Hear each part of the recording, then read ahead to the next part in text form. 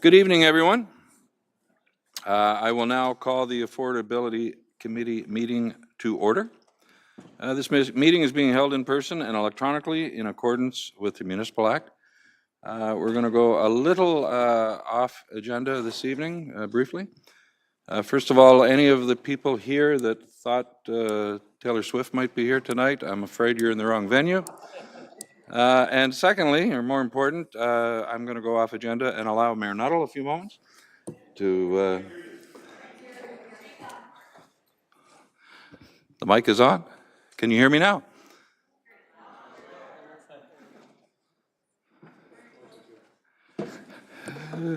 How about now? Huh? All right. Well, I will speak as loud as I can. How's that? Again, I have just called the Affordability Committee meeting to order, and we're going to go off agenda for a few moments and allow Mayor Nuttall a few moments to speak to the audience. So, Mayor Nuttall, the floor is yours, sir. Yeah, thank you so much, Mr. Chair. Is that loud enough for everybody? Can you hear or?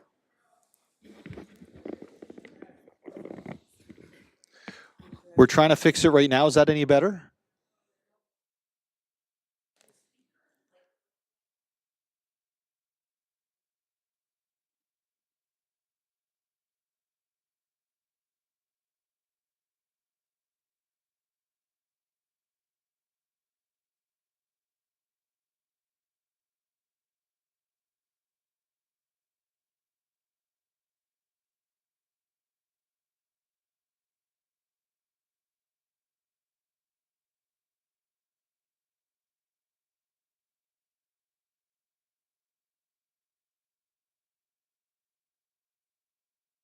Are you able to hear me now? Is that better? I'll speak loudly just to try to make sure everyone can hear. It sounds like it's getting louder as I speak. So, okay, it is. You're going to be telling them to turn it down soon. I just wanted to take an opportunity before we get into the public meeting to clarify where we're at in this process with the zoning bylaw. So there's work that's been done by our staff team, and that's been done over a long period of time. It's gone back and forth with different iterations asking for feedback, and now that draft report is coming for the full public consultation, which you're part of this evening. If you are not here and you're watching on YouTube or whatnot, and you hear things that you want to communicate on, please email us either citycouncil@barrie.ca, which will get into the right place, or cityclerks@barrie.ca. cityclerks@barrie.ca to get your point and your information across.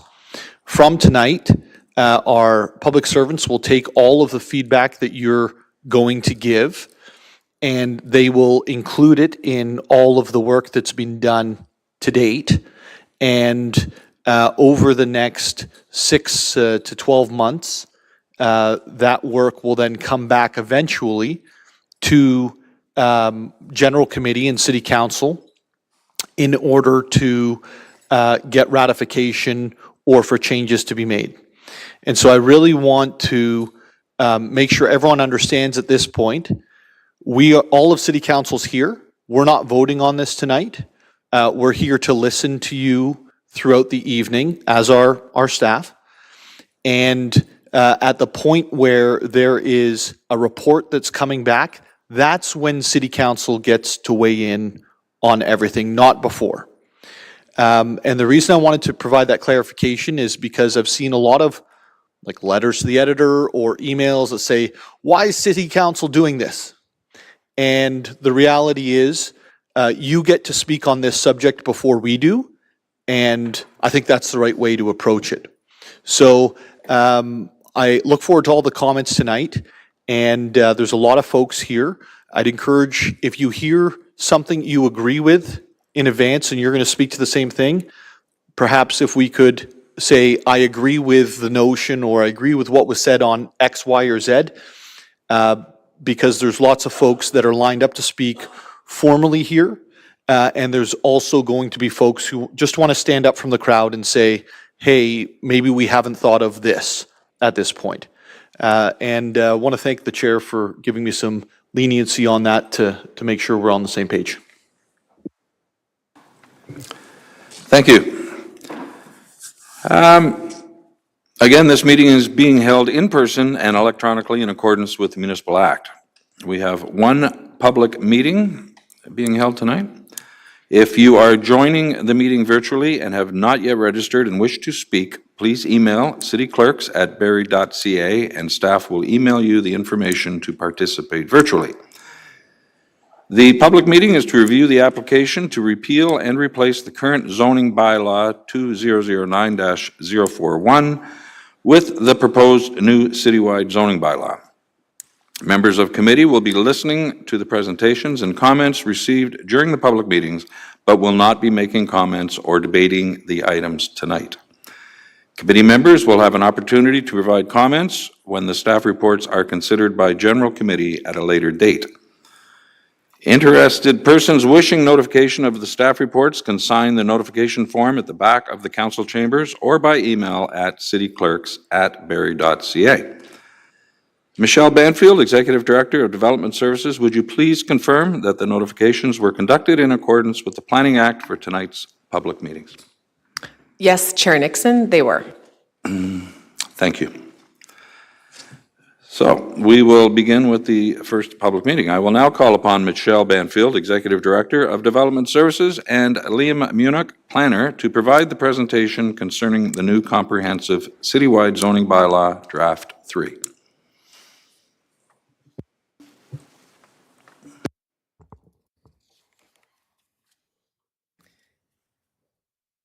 Thank you, Chair Nixon, for the introduction.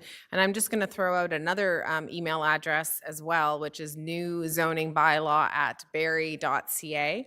And my apologies, just the way it's set up, I'm going to have my back to the audience, as is Liam, for most of this evening's presentation tonight anyhow. But I also recognize a lot of faces, and I know I've gotten actually personal emails, so a lot of people know how to reach us, which is super important. My name is Michelle Banfield. I'm the Executive Director of Development Services, and I'm joined by Liam Munich, who is a planner on my team. If you can believe it, this is a rescheduled public meeting. We had a power outage on October 1st, which was the day that we were supposed to have the public meeting. So super appreciative of everybody coming out twice, but also appreciative of that little bit of extra time to have more time to consult with the community. And it's really important to note that tonight is a statutory public meeting in accordance with the Planning Act. That is required before council makes a decision on any application, including a comprehensive zoning bylaw. So this evening we'll talk a bit about the purpose of a new zoning bylaw, what our proposed zoning bylaw is looking like. This is the draft that we have out for consultation. Some of the new zoning categories, talking about building types in our residential areas, some parking standards, some community design. And then I just want, much like Mayor Nuttall started the night with, I really want people to understand where we are in the process and next steps and what they can expect. But, you know, Liam and I are going to tell you a bit of stuff about the public meeting, but the purpose of the public meeting really is for us to be here to listen to members of the public. And it's fantastic to see people in the audience and participating online. We also have well over 300 written submissions. So it's really important for everybody to know that the written submissions will be addressed in the same way that the public speaking submissions. Some of the topics might be clumped together. If we hear the same thing, the same issue 100 times, we'll say, you know, many people said this, but we might not say, Mayor Nuttall said this, Councillor Morales said this. We'll say, we heard this issue. But it's exactly the same weight in terms of staff's responsibility to respond to the comments that we hear. And it's going to be, I think, very clear for council when the time comes to say, we heard this comment, we made this change, and here's why. And we didn't make this change, and here's why. One of the things I do want to talk a little bit about right off the top is really, because we're hearing so much of it, the traction of this 4 units, this 4 stories rather, 4 stories as a right. You're hearing that term a lot. 4-story buildings, low-rise buildings, they're going to resemble, they propose to resemble like a walk-up apartment. There's a message out there that building type is permitted everywhere on every single lot in the city of Barrie. It's not exactly the case. It really would be, it would have to meet the regular zoning standards. It would be most likely a bigger lot than a single detached dwelling at the moment. But at the same point, we hear everybody. We understand what people are saying. That's a planning nuance that makes sense to me and Liam, but understand that it is a nuance for other people. So we're hearing all of those messages. And, we have really been connecting with the residents. We've had a full-on consultation. I think a lot of people might have got this in their mailbox, or if they didn't, they're at all the city buildings. We've had a fantastic time being out in the community with full-on consultation, and have really had wonderful conversations with people. And we are here tonight, as I said, in the more formal capacity, as we're required to by the Planning Act. But really, some of those conversations we had with people when they were at the farmers market or at the Holly Rec Center, Peggy Hill Rec Center, we're at Lee's Bayfield, we were at tons of places. It was really fantastic to have those conversations with our community members. So why are we doing a new zoning bylaw? Because that's also something that we've heard as well. Why are we even doing this? We do need to align with provincial policy. Our existing zoning bylaw is quite old. People that follow planning would know that we needed to do a new official plan, which is what we did for the last kind of few years, recent years. That approval came for our official plan in May of this year. In the planning terms, the next document is the zoning bylaw. It follows, and we've said to people, as soon as that official plan gets approved, we're coming back with moving on to the zoning bylaw. So that's really where we are. We are looking at providing more flexible zoning standards. We really understand that, again, we have a bylaw from 2009 in place now with many, many, many tweaks for sure. It's not unamended, but really we want to make sure that in line with our official plan, that the City of Barrie zoning bylaw is as up to date and current and responsive to current situations as possible. Thanks very much, Michelle. Good evening, everyone.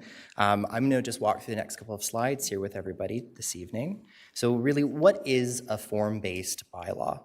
Well, this is a document where permitted uses on any given parcel and the permitted building types have been separated. And each will have its own permissions depending on the zone category within which it falls. Building types in the proposed draft document are categorized as coach houses, today referred to as detached accessory dwelling units, or DADUs, a detached building, semi-detached buildings, row house buildings, commonly also known as townhomes, low, mid, and high-rise buildings, and brand new to the Barrie bylaw are flex buildings. When we separate out the building type, it allows us to set specific standards to each building type and change them minorly depending on what zone that same building may fall within. We can adjust these standards, but we can also permit for a range of permitted uses across a range of building types. And this gives greater flexibility to the use of any given property, which is far more flexible than our traditional and our current zoning bylaw, which is much more rigid and restrictive. We've also included standards to require and promote mixed-use development in certain zone categories, and commonly you would expect this to be a mix of a commercial and a residential use. So on screen, we've just put up all of the new proposed zone categories and their corresponding color codes, which you'd see on our zoning map. I want to just highlight a couple of zones. One of the most important ones, and one that we're hearing the most about, is the neighborhood low zones, being neighborhood low 1, 2, and 3. And these are one of our most important zones because it's where most of our residents live today. In contrast to the neighborhood low zones, traditionally a lower density neighborhood, we have our higher density zoning, which would be in our urban growth center or Barrie's downtown. Oh. Is this better? Okay, sorry. I know, I'll shift forward a bit more here. And just moving into our urban growth center, Barrie's downtown, that's where you'll find urban core zoning and urban transition zoning, which are our proposed higher density zones. Employment areas are also considered in the zoning bylaw as employment non-industrial and employment industrial, which will be primarily, you'll see likely employment non-industrial throughout the zone map. And then just finally to touch on here, schools, places of worship, and recreation centers are now being considered under one term as per our official plan policies, community hub. And we are proposing to include both a community hub neighborhood zone and a community hub urban zone. So just also to highlight the neighborhood low zones further, as they really are, I think, the most important. Also the zone categories that we're hearing the most from residents, but also our development community, as they are going to reflect the majority of land zoned across the city. We're proposing a range in new building types across the neighborhood. I've come as close as I can to the stand, so I'll just have to bend over. Here. That's okay. So within the neighborhood low zones, there's a range of building types. This will range from singles, semis, row house units, and low-rise buildings. We've included low-rise buildings, and as Michelle mentioned previously, you can think of a walk-up apartment as an example of a low-rise building to allow for further housing options or potential for further housing options in these areas, as they reflect one of the largest portions of the city. But we've also arranged these zones around road classification. So neighborhood low 1 aligns with local roads generally, neighborhood low 2, collector roads, and neighborhood low 3, arterial roads. Parking has also been entirely revised in the proposed zoning bylaw. The required number of parking spaces has been reduced overall, and it will now be determined based on the area of the city you're within, being the parking district. There are 5 proposed parking districts, and new developments generally locating closer to the downtown or major transit station areas would require less parking than those in other areas of the city. Most dwelling units will still require a minimum of 1 parking space per unit, and that will include additional dwelling units when added to existing dwellings. Also new to this bylaw are required minimum and maximum visitor parking spaces for multi-unit developments. There will be a minimum and maximum requirement for bicycle parking spaces, which is also new, and standards around electric vehicle charging. And so community design excellence is a founding principle of the Barrie Official Plan, and the standards to promote community design and the appropriate transition from higher scale or higher density areas to lower density areas are being proposed in this bylaw, which is involved in input from the development community, but it's really there to help assist integrate new development with existing areas. Excuse me. These standards have been proposed with considerations to Section 34 and 41 of the Planning Act to ensure conformity with that legislation. And just to run through a couple standards, a window-to-wall ratio is being proposed for all low, mid, and high-rise buildings. An angular plane is being proposed and would be applied to any mid or high-rise buildings only when adjacent to a neighborhood low zone.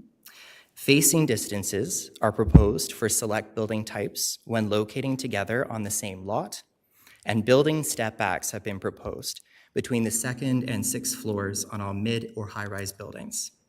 Something that's not on the slide here that I also wanted to note, or would like to highlight, is that we've received many comments so far about exterior finishes being section 7.7.2 of the proposed document. This is an area that we are planning to revisit, not only given the number of comments and the comments we've received, but also to ensure that it aligns with what we wish to achieve, which ultimately is excellence in community design. I'll just hand it back over to Michelle. Thanks very much. So as I said earlier, staff are going to review all of the comments that we have heard. It is so great to have so much feedback, and it is wonderful to see so many people in the council chambers tonight. You know, I can say, if this gives anybody comfort, staff have already started looking at some of the comments. We've already just been so receptive to what we've heard. People give us different things to think about. And, you know, already we've been like, yep, we can make that change. Yes, we can look at that change. Of course, we didn't make it today before we came here tonight, but I can assure you that we are looking at all of the comments, and we're so, so appreciative. Like any other initiative at the City of Barrie, staff will get a staff report to council. And as Mayor Nuttall pointed out, you know, there is no staff report tonight. Council is not faced with a staff recommendation. We know that this is a draft bylaw for consultation. So when it comes time, as Mayor Nuttall said, it is going to take us time to get through everything. It will be in 2025. We will do similar to what's going to happen with budget. We'll present it to council. You'll have time to think about it. It's not going to be, you know, a Wednesday release of the agenda, and council's going to have to make their decision next Wednesday. You know, we're going to give you time to kind of work through that. Like anything under the Planning Act, there will be a notice of decision, and there is an OLT, the Ontario Land Tribunal appeal process, that would be available for particular items in the zoning bylaw if they can't be resolved. That is different than our official plan. That those of you that follow planning policy know that our official plan was approved by the minister and there was no appeal. That's not the case with the zoning bylaw. So there's lots of incentive, notwithstanding it's, you know, the way that we try to work with our community is to be collaborative, but there is that appeal process. Councillor Corser actually shared some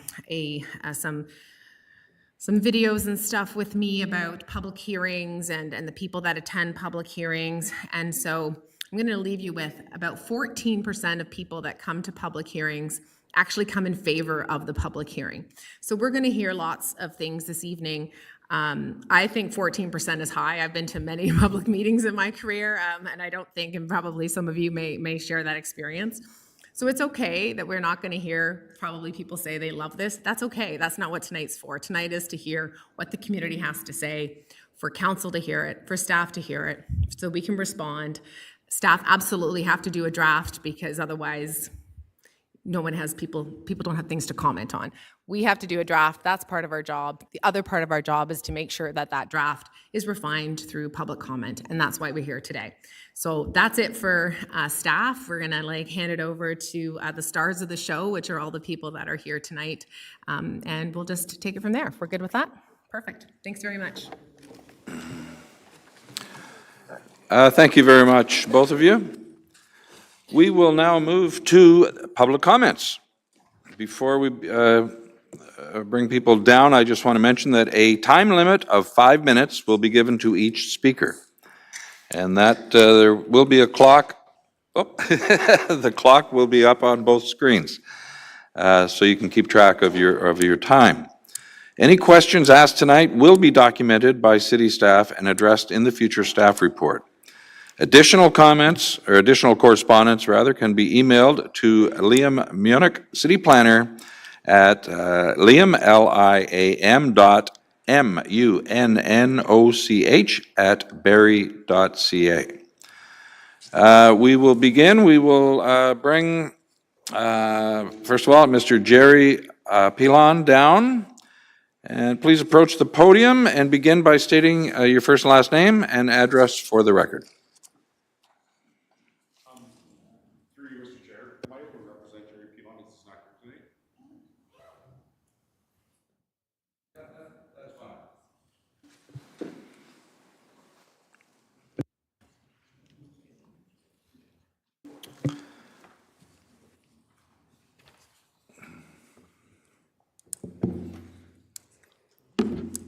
Just for clarification, you can state your name and address as well. Thank you. Much appreciated. Thanks, Mr. Chair. My name is Ryan Stitt. I'm a partner and principal architect at Salter Pilon. Jerry Pilon is my partner at the office.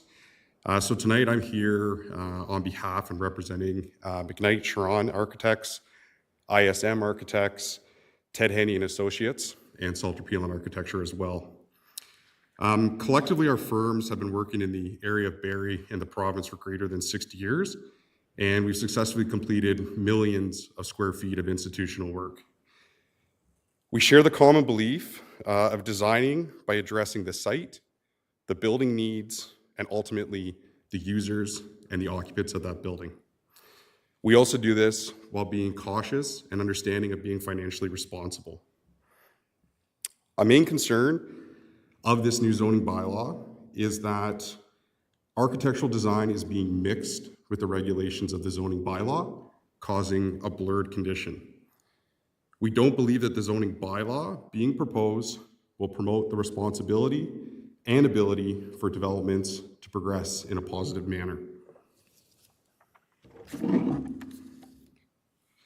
A few of the items that we would like to just bring forward are the facts that we believe the regulations being brought forward are arbitrary and unsupported by any study or rationale that relates to the context in which they are proposed to be used.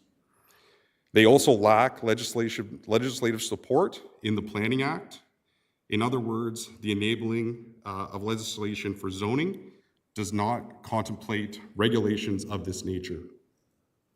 We also believe that this will increase the cost of construction of both housing and commercial buildings. We make our urban fabric generic while taking away the ability of architects' designs and the meaningful and contextual buildings to add to the city's fabric as well.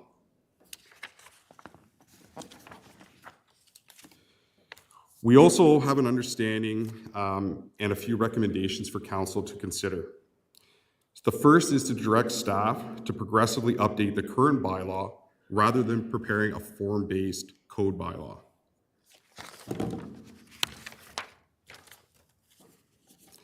We would also suggest the removal of many of the urban design requirements and report on what has been removed. We would like to see a detailed rationale for each remaining urban design provision that could include how the requirement implements the city's OP objectives and council's strategic plans, whether the requirements impact on density, and whether the requirements impact on construction costs. We would also like to see a prepared and detailed report explaining on how many lots in the city would become non-conforming and would become non-complying if the implications of the zoning regulations are put forward. Thank you for your time. Thank you.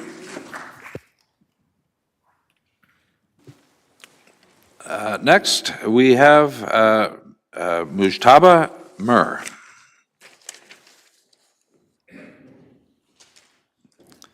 Again, please approach the podium and begin by stating your first and last name and address for the record. And I'm not going to be saying that 25 times. I'll just remind folks every now and again if they don't. Thank you. Hi, my name is Mujtaba Mir. Council, thank you for the opportunity to speak today.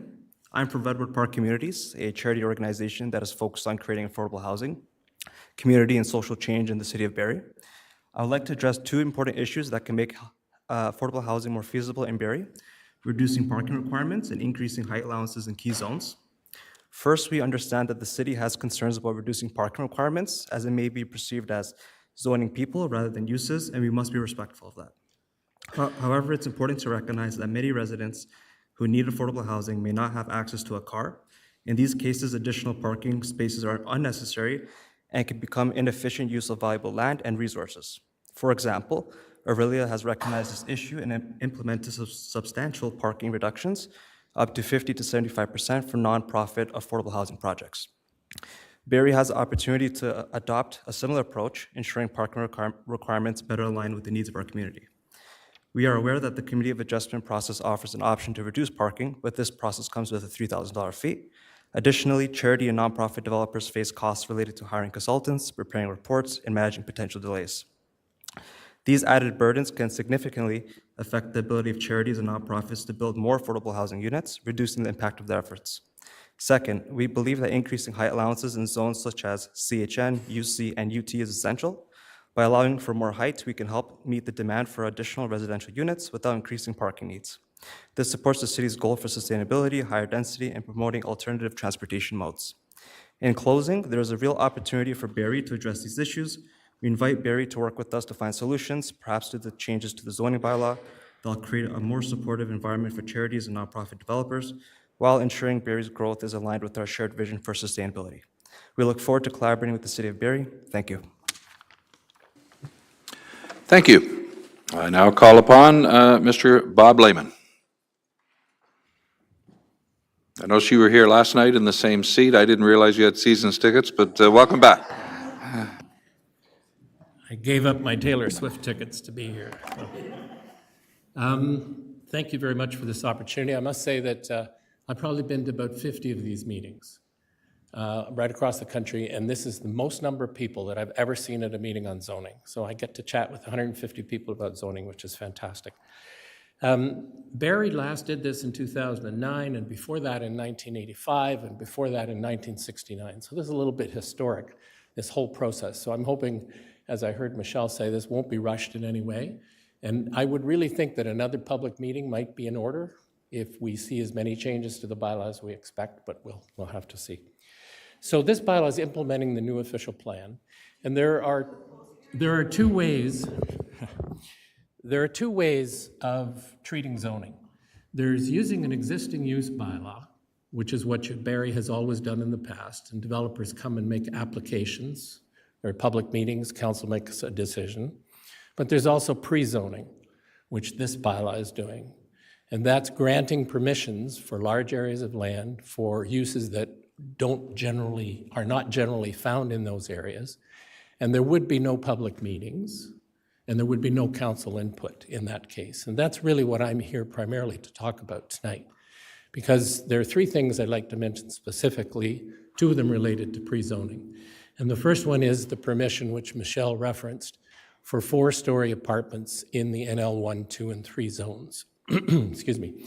Your official plan actually says the height limit is 3, and the bylaw is allowing 4. So I don't think it conforms to the plan. The plan says you can have 4 if you do these things, but you can't tell if those things are going to be done if you pre-zone for the apartments. So that's my first issue, is I don't think allowing 4-story apartments conforms with your official plan. And then the second issue I have with respect to the pre-zoning is you'll find on page 100 of one of the multitude of submissions that you got, a series of maps showing large areas of land all across the city where the bylaw is proposing to pre-zone for heights between 8 and 25 stories. And I have exactly the same concern about that it's an approach to planning which has not been used before in Barrie, which eliminates public input and, quite frankly, eliminates council decision-making. So in these areas, the permission would be to build to that height, and residential uses are permitted, so presumably you could have residential apartments with no public meeting. And once again, your official plan has urban design criteria, and there's no way to tell if they will be met. One of the things mentioned in the plan is shadowing. If you allow a 20-story building in a certain location, you won't need a shadow study because that building's permitted. And I don't think that would conform with the plan either. So my recommendation to you and to planning staff is to go back. Yes, you can pre-zone in certain key areas. There's no doubt about that. In fact, it may be mandated around your transit station. But the degree to which pre-zoning is being used, to my mind, completely changes the planning culture in this community. And I don't think it's appropriate. Now, I come from a generation where people-led planning was very important. That may not be the case any longer, but I still believe that to be a value that's of significance. So that's the pre-zoning issue. The other issues that I'd like to speak to is, you've already heard from one architect, I think you're going to hear from more. The building design regulations, I don't think are allowed by the Planning Act. I simply just put it that simple. And if they are, then we should see a legal opinion that says they are allowed. But they will create a series of buildings that don't offer opportunity for creativity for the architects, and increase costs. So I think that's an issue. And 2 comments on the process, 50 seconds left. I'll just make 1 comment on the process. In almost all of the zoning exercises I've been involved in, they start with a major analytical study that says, here are the things that we want to do in the bylaw. Let's look at the different ways of doing this, come up with options, and make a recommendation. And then there's a rationale for why the bylaw is the way it is. So the architects would be able to look and say, okay, here's why they want the window-to-wall ratio.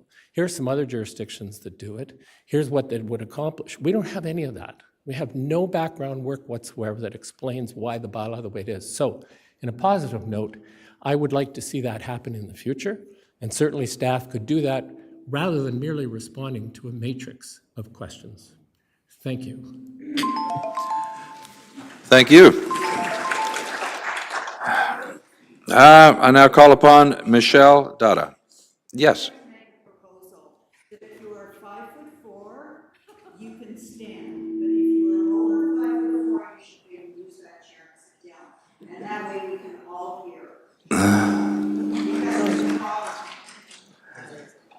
That would be.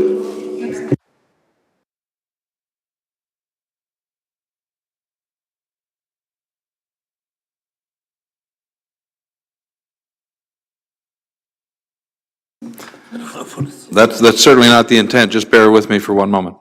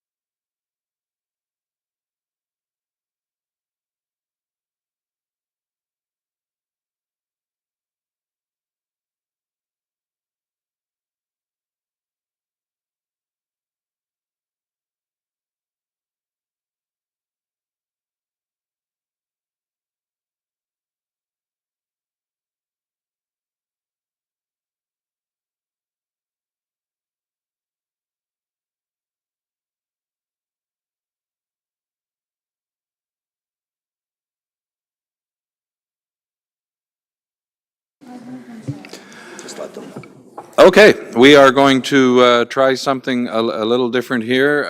It's more than possible that the staff desks that are set up with individual microphones may have a better result, so we are going to try that. And it's just a matter of pushing the bar and waiting for the red light to come on. So I will now call on Michelle Dada.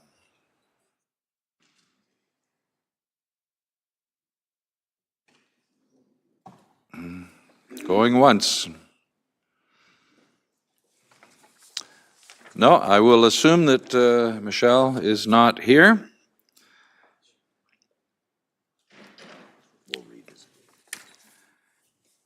And I will now call upon Kathy Colbatch.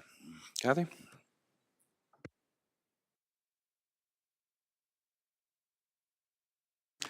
Just any of the chairs right beside you there. And actually that one, the red light is on, so you don't need to worry about that. You can just speak as close to the microphone as you can. Thank you.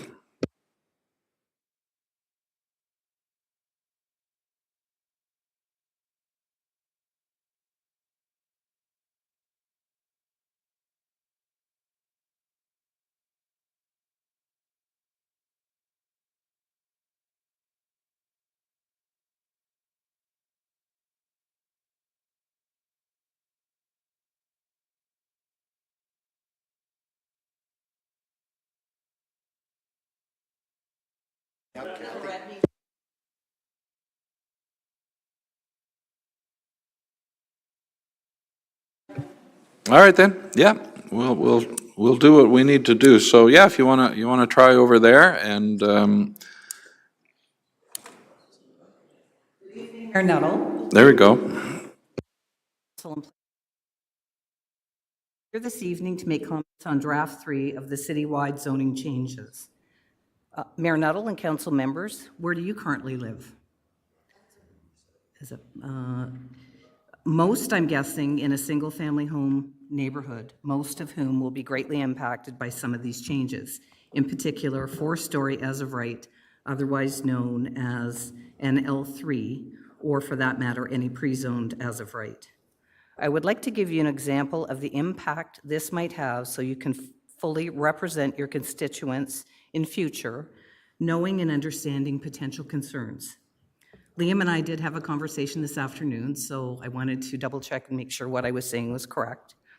And I'm probably looking at worst case scenario, but think Burton Avenue in Allendale between Milburn and Essa Road. So this is a beautiful single detached, semi-detached neighborhood with heritage homes. Many of these homes are already either 3 units or have the potential to have a 4th unit, which is as of right currently in our zoning bylaw. And we have no issues with that. And in fact, our neighborhood has been that way for many, many years because those original homes were built as boarding and lodging homes. So they've always had many units. Now, if we go ahead and pass NL3, neighborhood low 3, 4-story as of right, which is what you're asking for, this would mean one morning you would wake up to a bulldozer demolishing the home next door to you. So say I lived in one house, the house next door could be demolished and I wouldn't know about it because when we do demolitions in the city, we don't notify the neighborhood. This could be a perfectly good home, unknown to you because the city does not advise of demolitions. This could be on either side or across the street. If the lot is big enough, it could be severed and 2 4-story buildings could pop up. The length of the 4-story building could or would be a maximum of 60 meters, which is 180 feet. Can you imagine now looking at half of that apartment building in your backyard? Would this be affordable? No. Would it be intrusive? Yes. This has already occurred on Clapperton Street in Ward 2. There will be no neighborhood or public meetings giving a chance for input or appeal. This is truly eroding our democratic process. I understand some of this is to expedite the permit process, but at what cost? Planning staff are doing a good job processing permits. Our existing built neighborhoods, many of which are historical in nature, have charm, character, and mature streetscapes. We should continue to be protected. If my home on Burton Avenue were to burn down, would I be able to replace it like for like, or would you be expecting me to build a 4-story apartment building? And Liam kindly told me, no, I could if burnt down like for like. Thank you, Liam, for that. We need to be mindful of existing established neighborhoods. I would expect mayor and council to do what is right for your constituents. In many neighborhoods, we have small apartments, duplexes, triplexes, and multi-unit homes. How much more are we expected to absorb? We are adding building stock in which is good, but we are not adding affordable building stock. 1, 2, and 3-bedroom units are still unattainable to many. Rents going for between $1,800 and $5,000 a month. It amazes me that we can pull together in a relatively short amount of time the Taylor Swift Command Center, including policing, transportation changes, and all that goes on, but can't band together as 3 levels of government and build affordable and rent-controlled options. I know that as a municipality, it has not been our job to build, but maybe it's time because the province, feds, and county are not doing enough. Why should our province, fed, and county governments be in charge of what happens in our community? That was one part of it. The second part was I did send a letter on behalf of the Allendale Neighborhood Association speaking around a lot of the historic neighborhoods. The one thing that I did want to mention was that in the current approved official plan, you're recognizing under the Cultural City Features Map 8, Historic Neighborhood Boundary, but there are no policies in place in the bylaw. Please include the mapping in the next draft. Updated urban design guidelines are not yet approved, so section 4.4 of that document recognized historic neighborhoods. With that, we believe should be policies rather than guidelines. So what's in the official plan is a framework for guidelines. I'm sorry, Ms. Colbatch, the microphone's automatically shut off after 5 minutes, but thank you. Well, I believe it started. I had no doubt.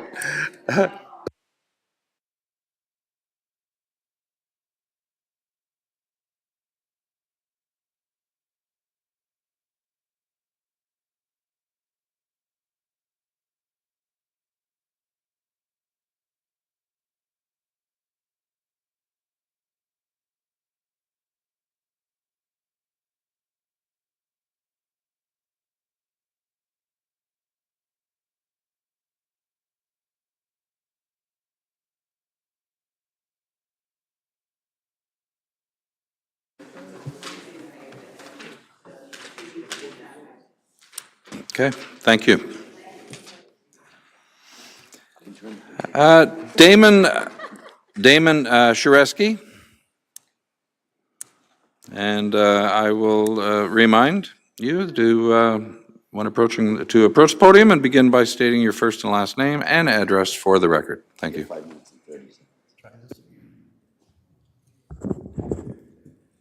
Good evening. My name is Damon Shareski. Can everybody hear me? Yeah, no? It's good? Not good? Okay, so this is all new to me. I'd like to thank Bob Lehman for bringing this to my attention. I live on the same street as Bob, and I was suddenly informed that my home is going to be non-conforming. My building is a row townhouse. It was built in 1989, and when this bylaw passes, my home will be non-conforming, and not only that, there's no stipulation for row townhouses. There's only cluster townhouses that will be allowed. I guess my main concern is, wow, why is this happening? If I go to sell the house, I understand that if a building is non-conforming, there are problems with perhaps getting financing for mortgages, any sort of legal business to do with the building. What happens if the building burns to the ground? Or, you know, Barrie gets tornadoes sometimes and the building is destroyed. I can't even rebuild the townhouse because it's not allowed in that area. Another thing that I thought about was on the street that I live, which is Kempenfeld Drive, some buildings on that are NL2, some are NL3. I just don't understand. It's one street, but if you're on one side of the road, it's one way. If you're on the other side of the road, it's another way.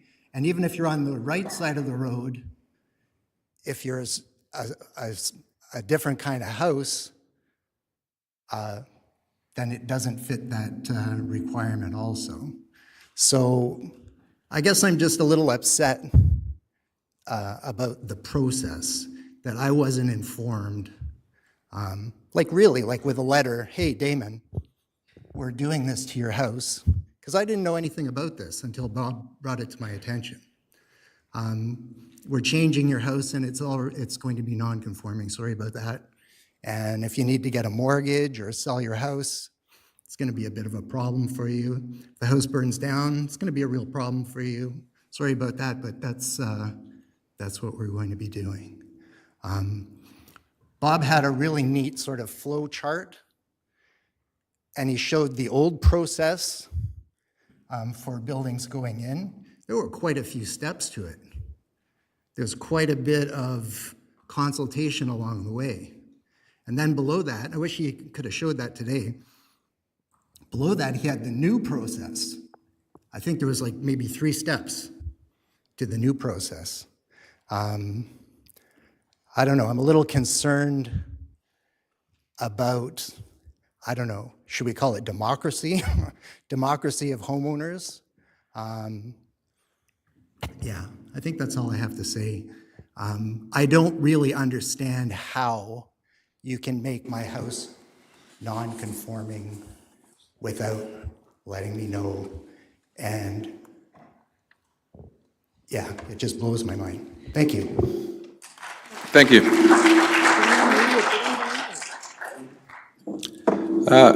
Mr. Jerry Bruce?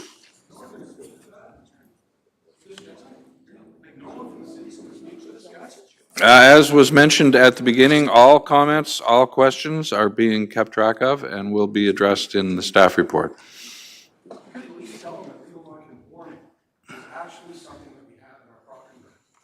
Buddy, we gotta keep process here. Yes, I appreciate your comments, but we have to stick with the process of the committee meeting. And the gentleman is more than welcome to reach out to staff tomorrow or by email to the address that was given, and can either get the answer in the staff report or hopefully directly. So, Jerry, the floor is yours, sir. Please state your full name and address for the record. Yeah, my name is Jerry Bruce. I live on Kempenfeld Drive. I guess I'm a neighbor. Don't know everyone on the street. My wife and I have been in Barrie basically since 1976, although my wife was born here and grew up here in the same neighborhood. When I heard about the bylaw, I had sort of some of the same concerns about the non-conforming part, but I found out later that that wasn't going to be an issue. Now, if council passes this bylaw, any property can be redeveloped to build a 4-story apartment. Now, that within physical constraints of the lot size and everything, as long as they meet that criteria, they would be able to do it. This can be done without your prior knowledge, as the bylaw will grant zoning approval in advance. So that's really my big concern now, because I don't know, I couldn't find anywhere else in the province that they are doing this. And I would suggest to people to stand up for your rights, talk to your counselor, and find out more about it. And I understand that it's an ongoing process and things will change after this meeting, I'm sure. The existing process of notifying property owners within certain distances to a new project will be gone, so we won't receive notification anymore about things changing in the neighborhood if you're within, I think it used to be, 300 feet or 150 meters or something like that. You get a notification, an opportunity to come to a public meeting like this and speak about the situation and at least voice your concerns, whether you're for it or against it. So that's going to be gone. Now, when I first moved to Barrie, I had an opportunity to come to council, make a deputation based on a circulation we received. I wasn't familiar with the process, but I came to talk about it because they wanted to take parking off the street, right on that part of the street. Now, my mother-in-law had a lot of friends that would come to visit, and they would park and walk back to the house, and there's a lot of retired people. So I came to council, made my deputation, argued my point, and they dropped the bylaw and they left the parking on the street. So for me, that was like pretty good stuff. I got to do something, participate in our government, and solve what I thought was a problem for us. With this bylaw, from what I understand, if it goes through, we will lose that process of being able to have a voice in the community about our neighborhoods and our communities and what we can do. So that's my biggest issue. So I ask council to please slow down, really have a look at this and consider, the history of how we've done this with a process where public meetings are opportunities for people. Just like tonight's meeting, we won't have these meetings anymore about some of these projects because they will be pre-zoned and ready to go projects. So my point is that we need to slow down and perhaps amend the bylaw to include some of the process that we're enjoying here tonight. Thank you. Thank you. I will now call on Ray Duhamel. And I will mention that Mr. Duhamel requested is speaking on behalf of two distinct different developments and asked to have 2 time limits, so, and that request was granted. So go ahead, Mr. Duhamel. Thank you, Mr. Chairman, members of the committee. My name is Ray Duhamel with the Jones Consulting Group. I represent the Hewitts Creek Landowners Group as well as a number of individual landowners in the Hewitts and the Salem areas, as well as landowners along your intensification corridors and your downtown on your employment areas. So I've all told over a couple of dozen different landowners, and I've submitted about 15 different submissions to you. And I want to take the opportunity to provide some high-level overviews in the window allotted to me. As a starting point, I would say this is a very difficult task, and I commend staff for trying to work through it, and I think they have genuinely been listening to what people have said. They've provided time for people to listen, but there's still work to do. And in my experience, unlike an official plan, which is or a long-range plan or a master plan, which is really a guiding document and provides flexibility and ability to deal with changing circumstances, a zoning bylaw, you fit into a box. And that's just the way it is. And if you don't fit in the box, then you need to go through a zoning bylaw amendment, or you need a minor variance, or you change your plans, or you don't proceed. And that could be everything from a deck to a 40-story building. That's just the way that zoning works. And Bob Lehman gratefully gave a brief history of Barrie. I've been practicing almost 28 years in Barrie as a practicing consulting planner. I've done zoning all my life. And I can think of the history of Barrie zoning going right back into the 60s. And one of the main focuses of zoning bylaw in Barrie is the changes have basically been evolutionary and permissive. So every time we get to the next stage, setbacks are a little bit relaxed, or height is a little bit increased, or the permitted uses are expanded. Generally speaking, that's what's happened.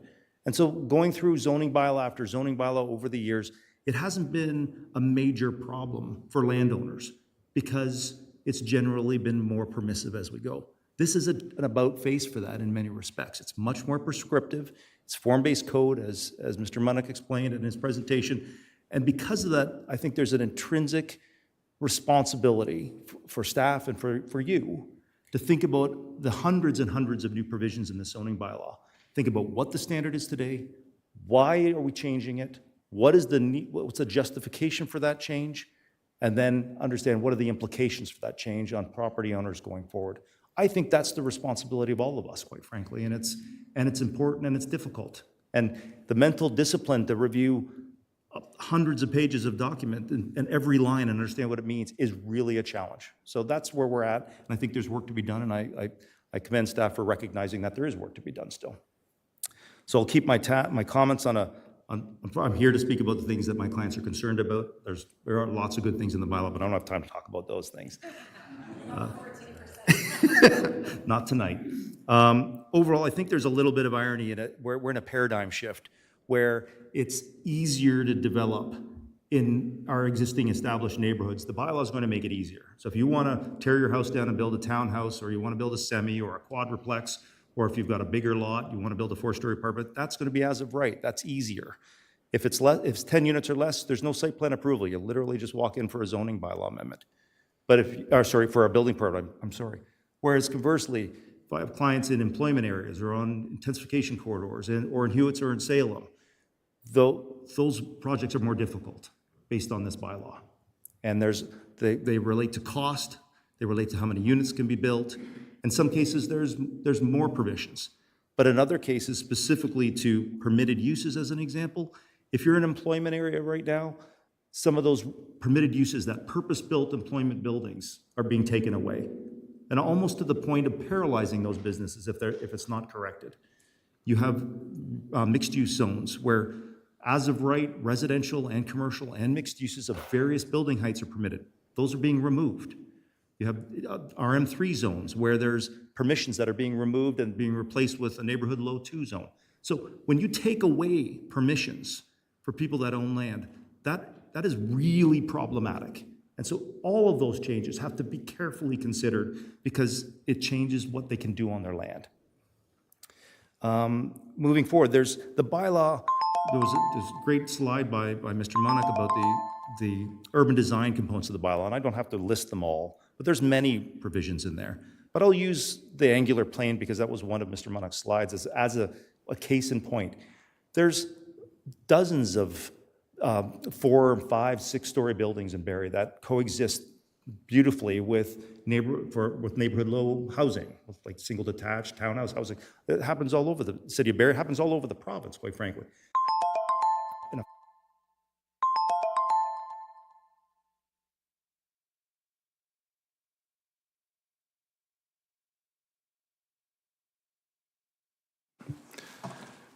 Okay, you can reset. Go ahead. So that middle, the buildings that can be built out of wood, those are the ones that help affordability. Those are the ones that we actually are easier to build for housing. We're going to make them harder, but the angular planes are going to take away units. So we're prioritizing theoretical angular plane benefits on massing at the expense of housing. Why? I think that needs a closer look. Point of order. You were supposed to speak about 2 different topics. No, I represent 24 different landowners across the city and I'm talking about 15 or 20 topics here. Okay, so the first one you spoke about housing, and you're continuing on the conversation, so you get 10 minutes to talk about, are you representing, who are you representing when you're talking about one?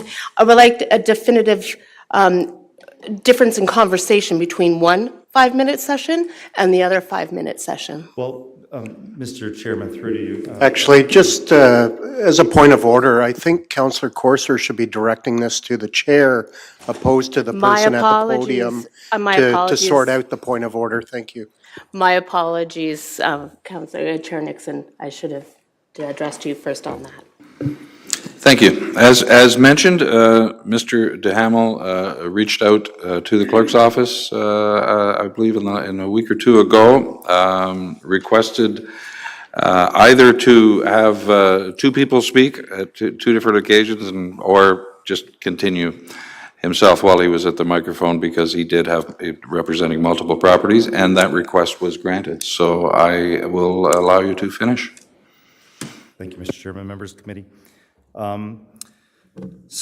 Moving past that, the issue of nonconformity has been raised earlier this evening, and ultimately, I think the important thing is while you're considering this new zoning bylaw and the comments you're here tonight, look around our city when you're driving around. I've been doing that the last couple months since the zoning bylaw has been released. Look at how many. If you're able to think about how many of those buildings would conform to this new bylaw. And when I'm speaking about mid-rise buildings and taller, and I haven't seen any that do. So the question I pose to you and I pose to staff is everything we've ever done wrong, or is the bylaw overreaching? And I think it's the latter, respectfully, that I think we can pull back and do a better job and still allow great community building. And then regardless of the outcome of that provision, we need to deal with transition provisions, and the bylaw contains transition provisions, which is unusual in a bylaw unto itself, but absolutely essential in this case. We have hundreds and hundreds of applications that have been conditionally approved, fully approved, lots that have been approved but not built that are subject to restrictions. There's untold applications. Those applications, you can't tell a person that's gone through a zoning bylaw amendment that doesn't need a special provision, but has gone through rezoning, but they cannot build what they have been proposing to build. We need drastically to revise and enhance the transition provisions. It's vital. So in conclusion, and going forward, I would ask and recommend a few things for staff to consider. Number 1, I would ask that go through the detailed provisions of your zoning bylaw and consider what are the impacts on housing and cost and affordability, and use that lens to ask why are they in here in the first place. The second I would do is ask staff to provide a detailed justification that's been suggested a few times tonight. why are some of these provisions in here? They do, from my lens, having practiced a long time, appear subjective and arbitrary. So why are they in there, and what do they specifically achieve, and what are the implications of them? The third thing, I think you should circle back on your statutory authority piece and get your legal opinion really sorted out, because I don't think that controlling grading for the entrance buildings of doors, getting into the weeds on things that might conflict with the Ontario Building Code, I don't think that conforms to the zoning, what Section 34 of the Plan Act allows. So I really encourage you to take a close, harder look at that. And then in closing, if those things aren't done, I guess there'll be a lot of zoning bylaw amendments and minor variances before you, and I don't think anybody benefits when we have to have long lists of special provisions and zoning bylaws with excessive amendments. I don't think anybody benefits from that. So I encourage everyone to think with it in that lens as well. So thank you for the opportunity for the back-to-back comments rather than coming up 15 separate times. So I appreciate it. Thank you. Thank you. Our next two speakers are virtual. Do we have them on the line?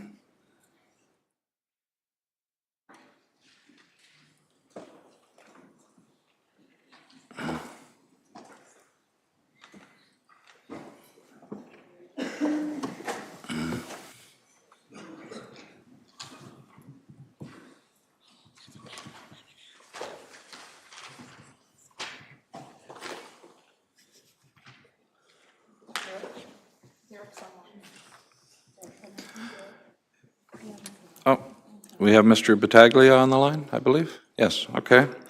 Mr. Battaglia, if you can hear me, welcome, and please state your first, last name, address for the record. Thank you. Thank you. Derek Battaglia, 205 Jean Street. We have had some issues, I'm sorry to interrupt, but we have had some issues with volume, so if you could speak up as much as you can, we appreciate it. Thank you. Okay, I'll do my best. Thank you all for your time this evening and your hard work dedicated to the City of Barrie. In addition to my letter previously submitted, I'm speaking to you in regards to the proposed change of uses from open space to green space and the impact it will have on those that own properties within the current open space designation. I don't think we are talking about a great number of properties that are privately owned, zoned open space, and I don't see my request as having a great impact on the future, but that is for you to decide. Because the new proposed zoning is limiting the future uses, I am requesting that the City of Barrie reconsider the proposed rezoning of those privately owned properties zoned open space along the North Shore Trail. And I am requesting the zoning bylaw amendment and official plan amendment that will exempt my property from the change in designated land use and rezoning as green space, permitting that I retain my lot in its current state, future or past use. Thank you for your time. Thank you. Did Ms. Andrews or Ms. Andrews show? Do we have her online? No? No, okay. We will move on then. And I'll call upon Janet Lougheed.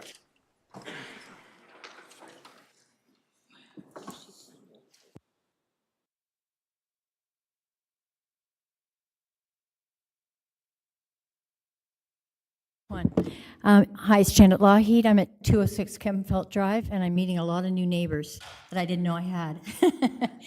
I'm just here today to say that I really wonder about this because I feel we're taking away the rights of neighborhoods to be involved in their futures. Buildings of this size, of course, 4 stories, they can go in lots of places, but they can't go in other places. Permitting these as a right takes away my ability to be involved in the growth of my community. I don't know why they changed it. It cuts us out of the process, and I believe that Barrie has a long history of neighborhoods being involved in the planning process of the changes in their neighborhood, and I don't know why they're stopping that. Thank you.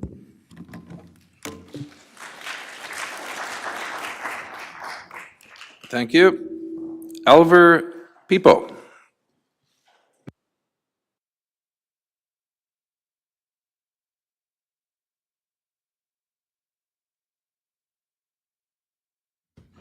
Good evening. My name is Elver People, representing the landowners of 380 Mapleview. The land itself is situated, hugged by Mapleview to the northwest, Essa Road to the southeast, and Bear Creek to the north. Currently, there's a Shoppers Drug Mart there. The land is zoned currently totally commercial. And we had the opportunity of having McDonald's approach us to give you a site-specific example of how the bylaws is affecting us. Excuse me. And they've indicated an interest to provide a restaurant with a drive-through. So we had a pre-consultation meeting with plans and informed with the drive-through and found out that it is preferred not to have one in the zoning bylaw, without justification or without reason. But to appreciate the fact of what the planners or the city's trying to do, we actually relocated the drive-through to the rear of the building, so it's out of view of the streetscape. There's a more pedestrian passive accessibility to the restaurant and to an outdoor patio. And in doing so, and knowing that the land which is currently all zoned commercial and being changed to neighborhood commercial, now we have to incorporate the neighborhood to, I'll say, the extra half of the property. And to show our good intent, we provided a conceptual plan for housing, a 4-story maximum of about 134 units. We understand the purpose of providing residential housing, and we feel it's generically a good plan. But I think what's important is that we understand that each site has its own specific conditions, and that the terms and conditions that are set in the bylaws cannot be blanketed. To have a restaurant without a drive-through would eliminate at least 24 restaurateurs in this region. Many of us have gone through drive-throughs for a coffee, for a sandwich, and for all kinds of food and drink. In this fast-paced society, these are a necessity by these operators. So to blanket or to prefer not to have one is probably a little bit onerous on any development. But to be open-minded in the sense that we can accommodate by hiding it behind the building, out of the way, that would be something for the city to consider. And in addition to that, because this happens to be on arterial road, we can't have access from Essa Road because there's a restaurant. The whole area is a commercial, but it's being reassigned to neighborhood commercial. So it's half a dozen of one, 6 of the other. And this is the frustration we're trying to have. We have provided a formal letter of objection to place our position in this situation. The city has been perfectly helpful with us. I really commend the city for walking us through the process. We do have plans to build some townhomes in the near future when the market's there. But I think it's important that the city understand that every site has its own specific issues that require some considerable attention and not a blanketed bylaw that applies across the entire city. Again, today we can build commercial buildings. In 6 months, when you pass this bylaw, we can no longer build commercial buildings.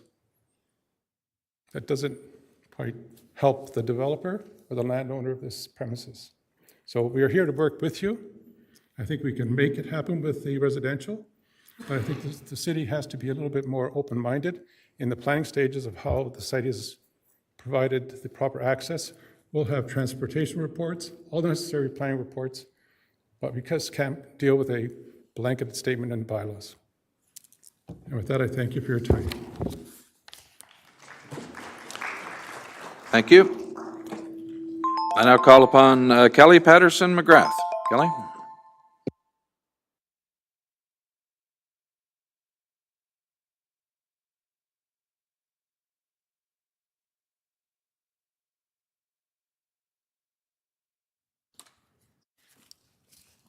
Good evening. My name is Kelly Patterson McGrath. I'm at 19 Maplehurst Crescent in Barrie.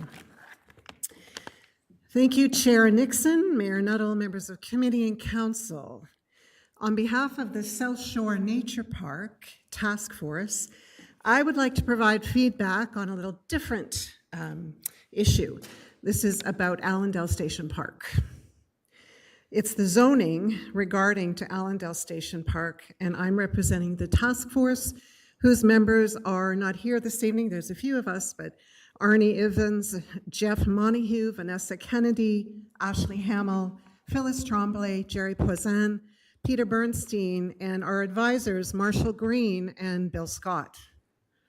I'd like to thank Michelle Banfield and her staff for taking the time to meet with us to discuss the important naturalized jewel on Kempenfelt Bay in our city. We are grateful to Mayor Nuttall and Council for rethinking the use of this land, and to Marshall Green and Bill Scott for the following recommendation number 4 from the Marshall Green Report. That the city develop the current wooded area and meadow on the South Shore as a passive park that protects existing wildlife and with trail systems that are accessible, and that the park also include an educational component, and that citizens groups and service clubs in the city be engaged with the city's parks department to develop the park, and that the lands ultimately designated for this part of the park be zoned environmental protection. Now, if an EP designation is not available or suitable for this area, it's critical that we protect and enhance Allendale Station Park as a naturalized area indefinitely. We are recommending that there are no buildings and no lighting. We are using as a reference the North Shore Trail new zoning overlay special zoning that could align well at Allendale Station Park. The suggested permitted uses for the North Shore Trail are currently as follows: ecological restoration or enhancements, passive recreation and nature appreciation, erosion and sediment control along the shoreline, accessible and permeable trails, benches, picnic tables, open-air structures, gazebos, interpretive signage. The above permitted uses and overlay special zoning recommendations are a significant and critical step to protect Allendale Station Park into the future, providing long-term benefits for residents and visitors to this nature in the city park. These protections will support and enhance the local ecosystems within and around the park and beautiful Lake Simcoe. We need nature-based solutions to help address climate change. Protecting this park and being good land stewards will help create a healthy and thriving area for our children and future generations. Thank you.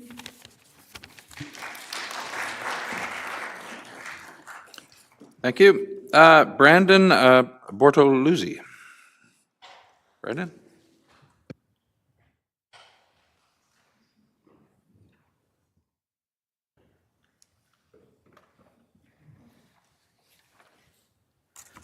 Thank you, Chair Nixon and members of the committee. First of all, thank you everyone for taking the time to listen to the comments from the public. This is an important part of this process. And thank you to Michelle Banfield and your team as well for the efforts going into this document. My name is Brandon Bortoluzzi. I'm an architect at Salter Pilon Architecture here in Barrie, but I'm here to speak to you today as a resident of the City of Barrie, specifically on Henry Street in Ward 2. My concern in reviewing the zoning bylaw, specifically with my property and the rest of Henry Street, is the zoning split on the zoning map. Currently, Henry Street is zoned as RM1 on both the north and south sides of the street. In the new zoning bylaw, it is zoned as NL1 on the north side of the street and SED on the south side of the street, in line with Dunlop Street in that same segment. I have submitted a letter that goes into more depth on some of my thoughts and comments on this. I do want to keep it short for today. So basically, the major concerns are the incongruity of the SED zoning with the NL1 zone on the north side of the lot, north side of the street. This will lead to incongruent land uses as well as scale of development. There are a number of points outlined in my letter, 4 general areas of concern: incongruent scale, incongruent land use, misalignment with the current direction of the neighborhood. As I noted, the neighborhood is currently zoned RM1, but you will note if you drive along Henry Street, most homes have stuck to being single detached and or semi-detached homes. There is not a lot of multi-unit residential construction on that street, even though it was permitted under the previous zoning. And then the final point, which has been brought up previously, but I think would require a little bit more, specifically in this case, attention, is the existing non-conforming and specifically legal non-conforming status. Under the RM1, as I noted previously, single detached homes are technically legal non-conforming currently. However, there was a provision within the bylaw that allowed for alterations and additions to existing single detached homes in these zones. That language is not in the currently proposed draft of the bylaw. So I think the 2 major takeaways I would like to put forward is consideration towards some of that language on the status of legal non-conforming that was in the previous bylaw, and a careful attention paid to the boundaries set forth in the zoning map, driving these neighborhoods and seeing that these are not simply color blocks on a piece of paper, but are actually existing neighborhoods in many cases that have existing scale, character, and use. The letter does go into other concerns around safety and infrastructure as well, with bringing SED zoning onto Henry Street. Henry is currently a small local road, not currently set up with the infrastructure from a safety perspective to bring increased traffic to that neighborhood. But again, I think the letter is out there. I have reached out to a few members of council, and I'm open to having further discussions on this item. So I'll keep it short for today, and thank you for the time. Thank you. I will call Alfred Dick to the podium, please.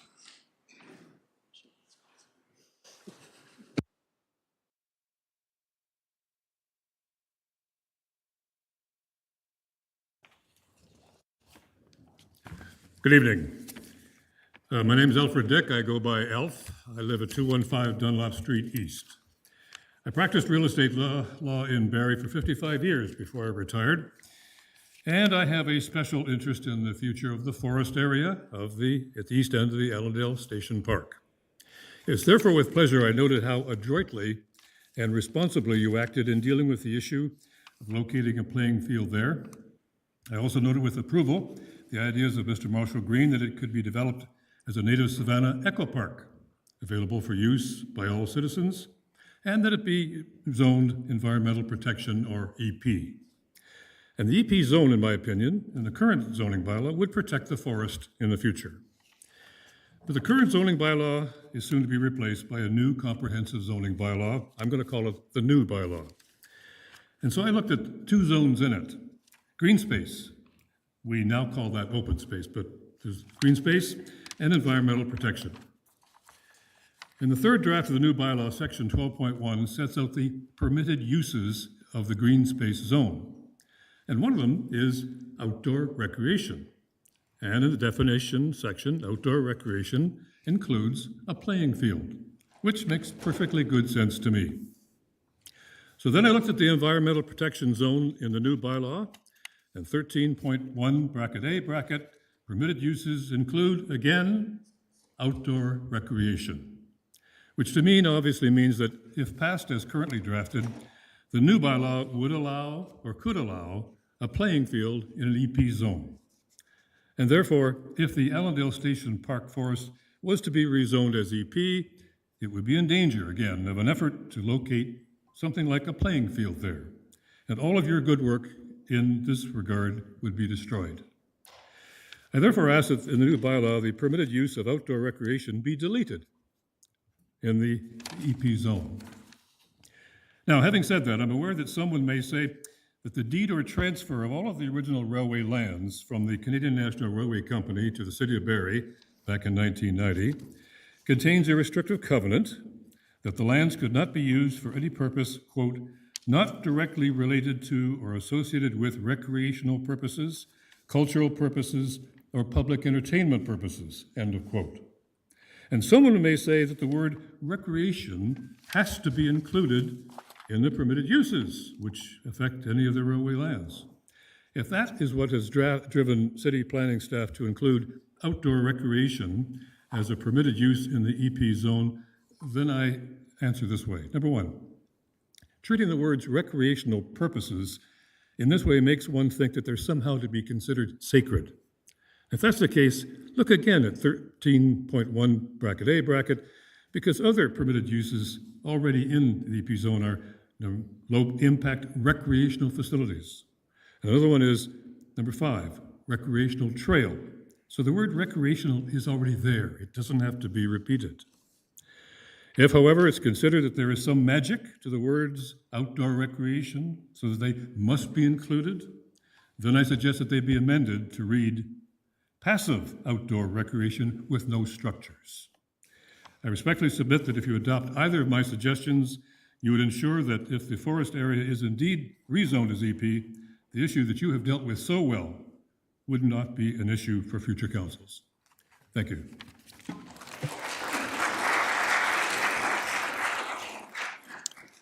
Thank you. I now call on Mark Bartolucci.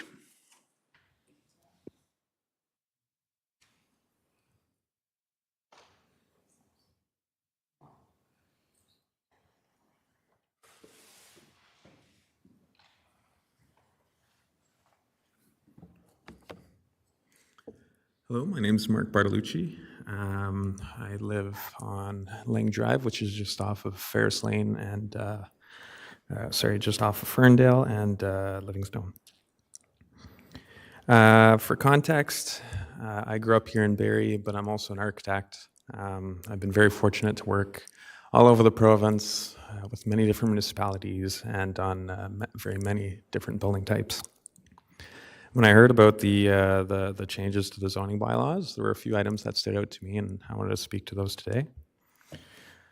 I think maybe the easiest way for me to contextualize my concerns is by making reference to a project that I'm working on locally. The project that I'm working on is a senior living campus. It's providing 388 suites for the aging members of our community, a total of 438 beds. It's going to be a great contributor because we know that that with our aging society that there's a huge demand and a huge need for this, and these kinds of changes will have a very significant impact to these kinds of projects. So to start off, I think one of the first things that stood out the most to me was these electric vehicle charging standards. For context, with this project, there will be a total of 610 parking spaces. The requirement, because this is a mid-rise building, is for each of those spaces to have electric vehicle charging. You know, with the cost to build and the ever-changing market, we know that, generally speaking, today it would cost about $2,000 for each of those parking stations to be provided with provisions for electric vehicle charging. So in the case of this project, and I think it's applicable to all budgets and all scales, we'd be literally talking about $1 million for this. I think that the concern that I have with this is that it will discourage developers in the future from wanting to build in the city and consider going elsewhere. Next, I wanted to talk about the window-to-wall ratio. I can understand the idea and the intent. We want the city to be engaging, and we want it to look aesthetically pleasing. But I think that by having such strict regulations, it limits us with our ability to provide unique and compelling spaces. So again, in the case of the same project, there's also costs implicated with that as well. Right now, the street-facing facade of the building is covered by about 30% glazing. In order to meet the 50% minimum of the window-to-wall ratio, we'd be adding about 3,000 square feet of glazing to this building facade. Again, we're talking about hundreds of thousands of dollars. Again, I'm concerned that that would discourage developers from building here in the future. And then lastly, I wanted to talk about the urban design guideline. I can understand, again, the intent. We want this to be a beautiful, engaging, and compelling city to encourage people to live here. But at the same time, too, you know, there's so many factors, so many variables that play into into the decisions that are made designing our buildings. It's not just the fact that we need to have a certain amount of glazing or we need to have a certain amount of parking spaces, but if we're building a school, if we're building a restaurant, if we're building a long-term care home, every space is different and every location is different as well. So I think that by implementing some of the items that are identified in the urban design guideline, we risk limiting ourselves to our ability to design properly for the future and being able to provide for our clients in the future as well. So thank you, Michelle and Liam. I think that you guys are doing a great job, and I appreciate that you guys are listening to us today. Thank you. Thank you. I now call on Kelly Hubbard.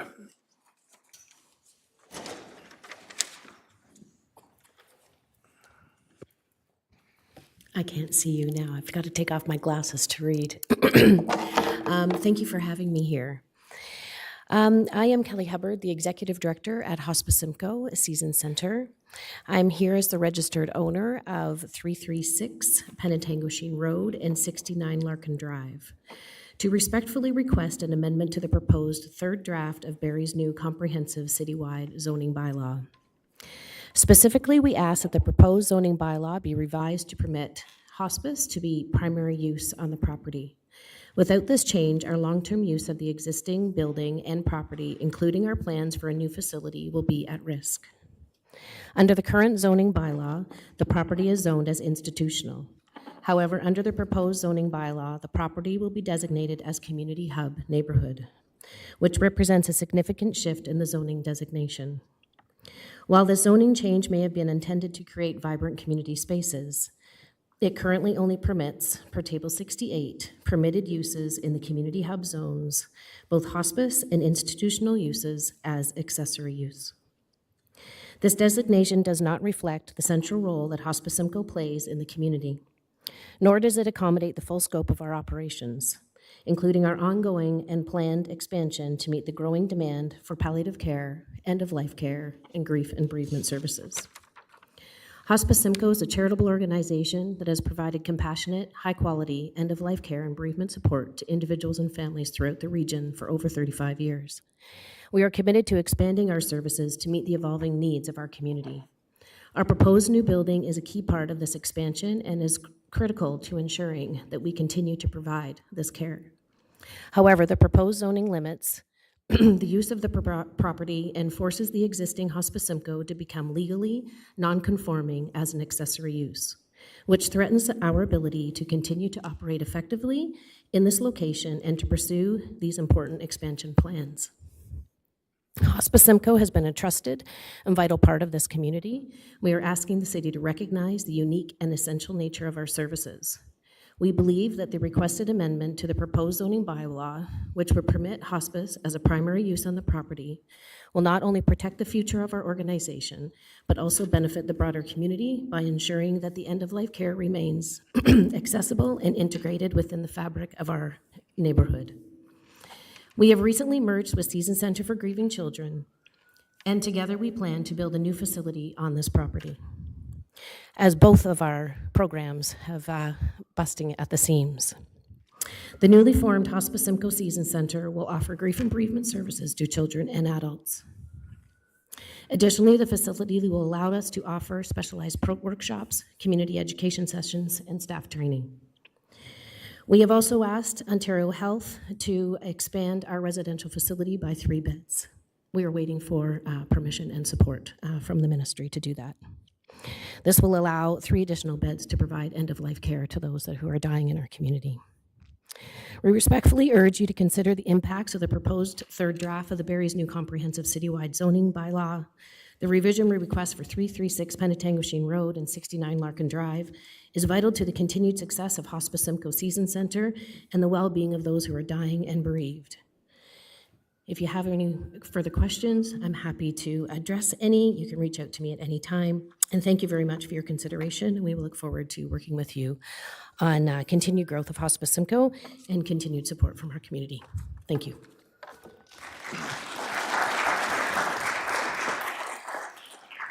Thank you. I will now call on William Scott.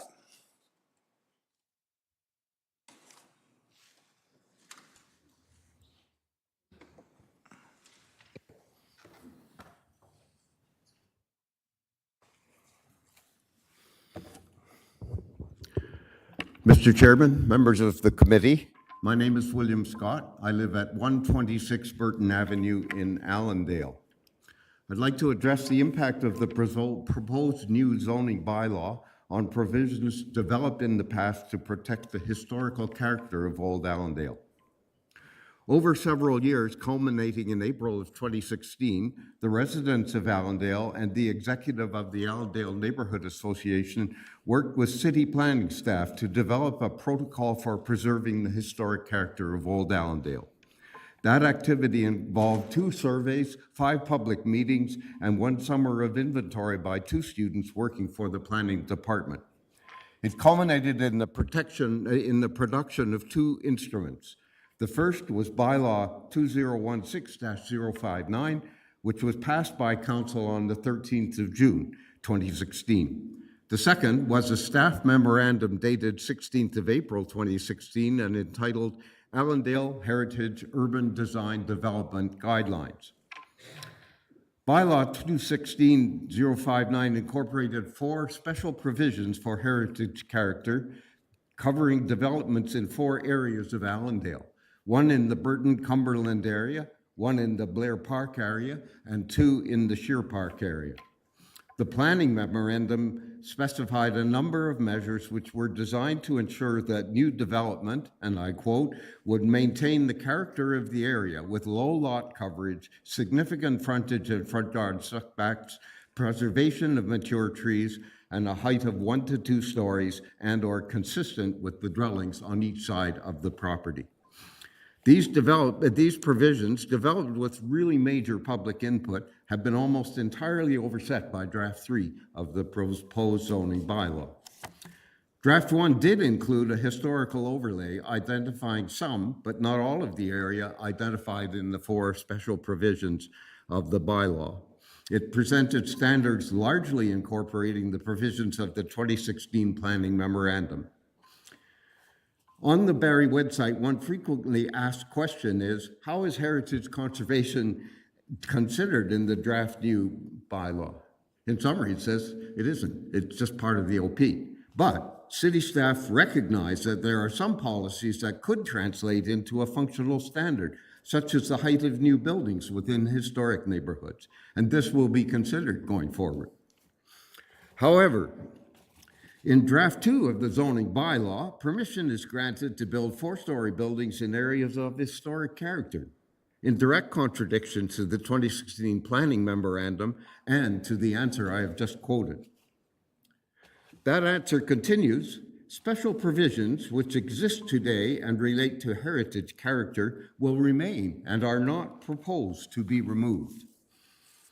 However, in Draft 3, there is an overlay map which shows special provisions which will be preserved. Of the 4 special provisions in Bylaw 2016-059, only 1 for the Burton Cumberland area has been preserved in the overlay map. This is surprising in that staff have deleted 3 special provisions from a bylaw approved by Council with no reference to Council and in contradiction to the answer just quoted.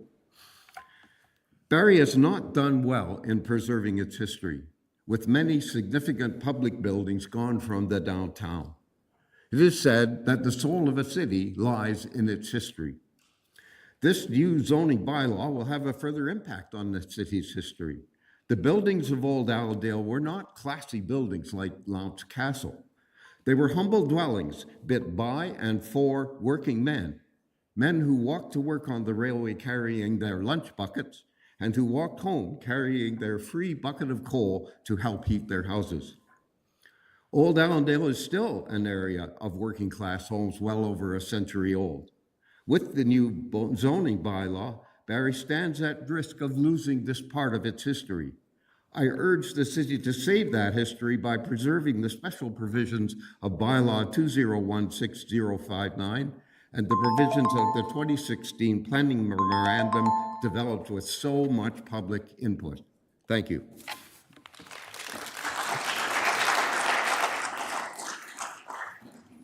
Thank you. And I'll call on Lisa McKee.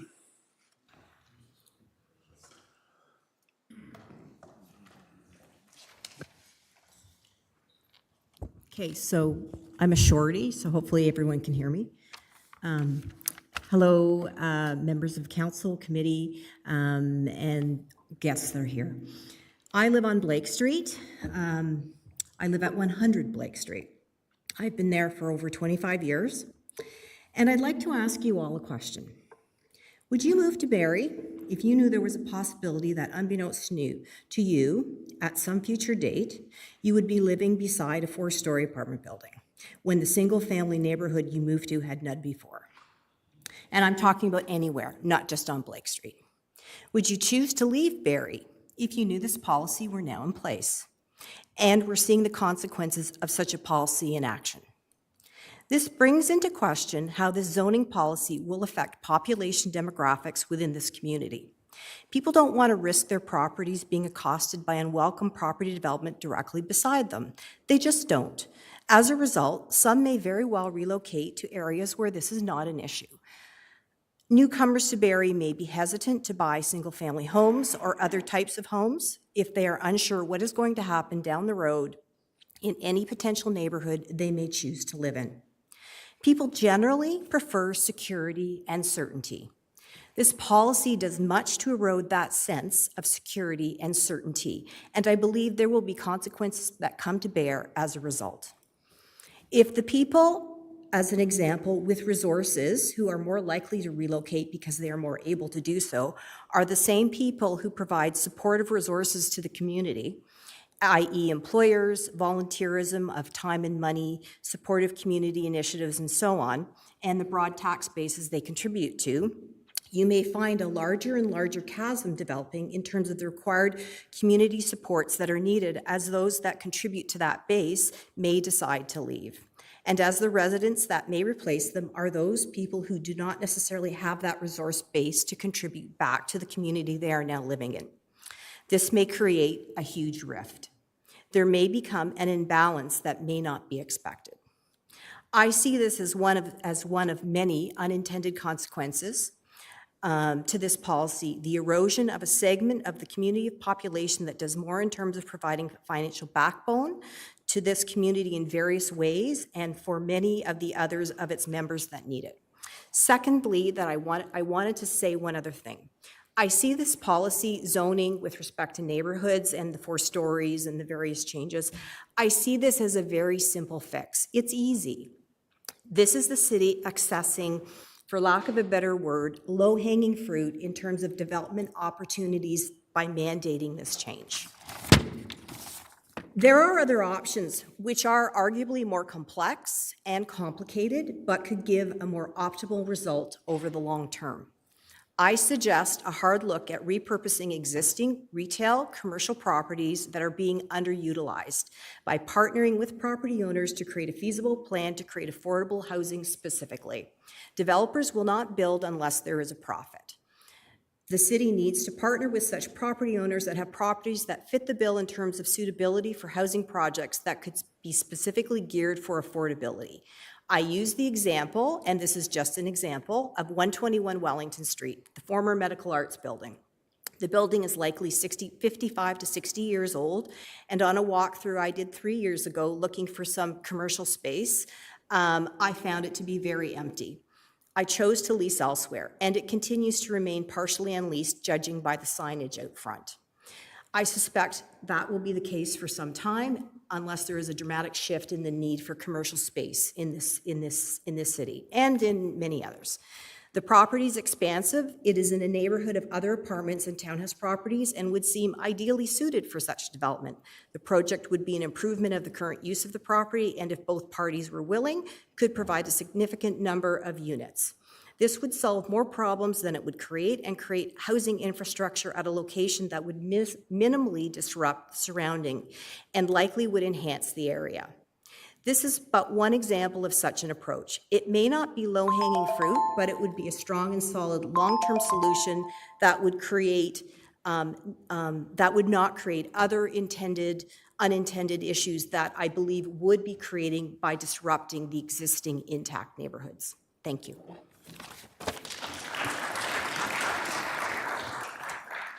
Thank you. Our next speaker registered to join us virtually. Do we have? No? No, we do not. Okay, we will move to Michael McKnight.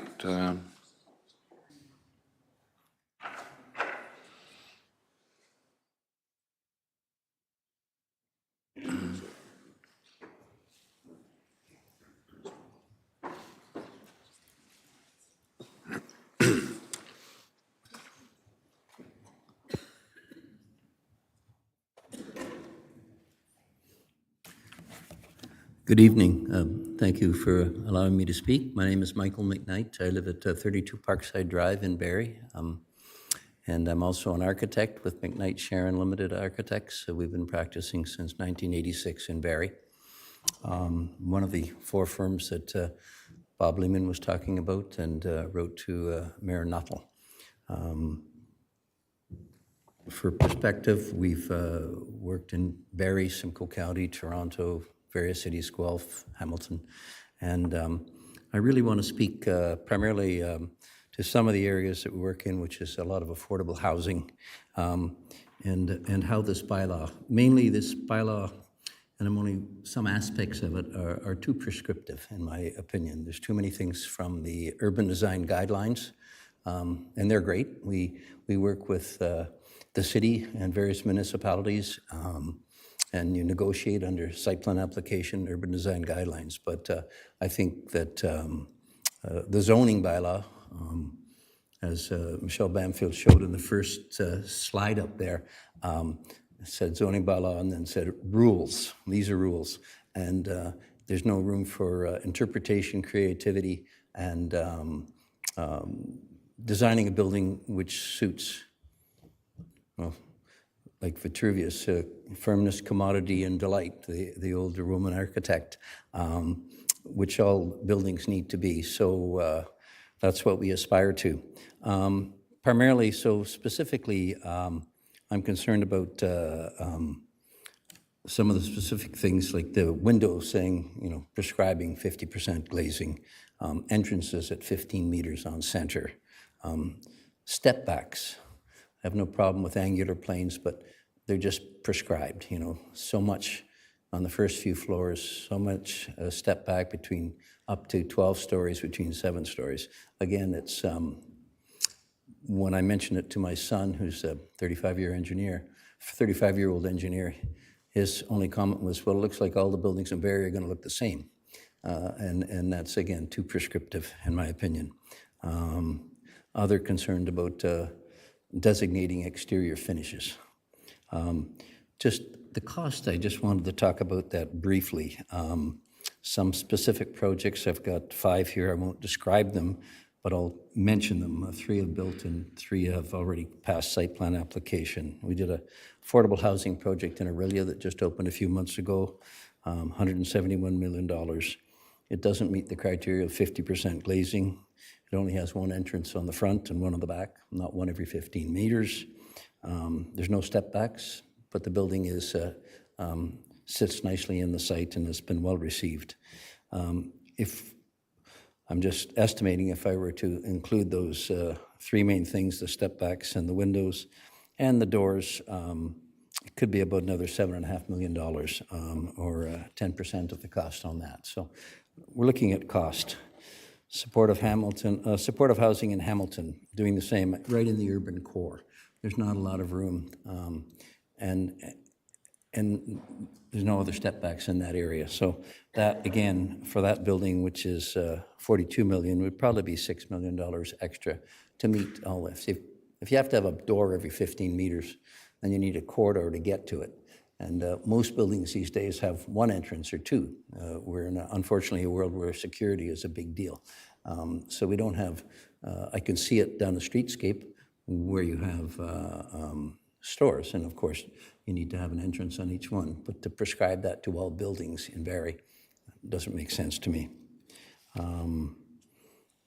Another example was the Lighthouse project in Aurelia, about $10 million. Again, it probably would have added an extra $1 million to make all the these urban design guidelines, which are not in Orillia, but they are in Barrie. So it's just an example. More affordable housing we did in Madison Avenue in Toronto, $12 million. No step backs, well received by the neighbors, right near Casaloma. And it's been, it would probably cost about $2 million to make those changes.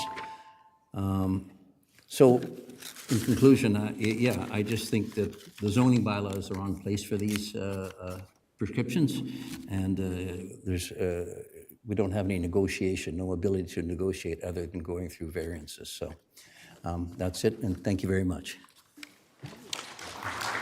Thank you.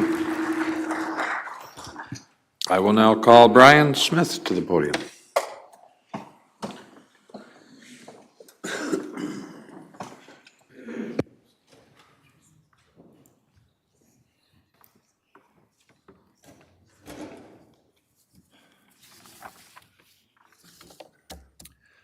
Good evening. My name's Brian Smith. I'm at 5 Dove Crescent.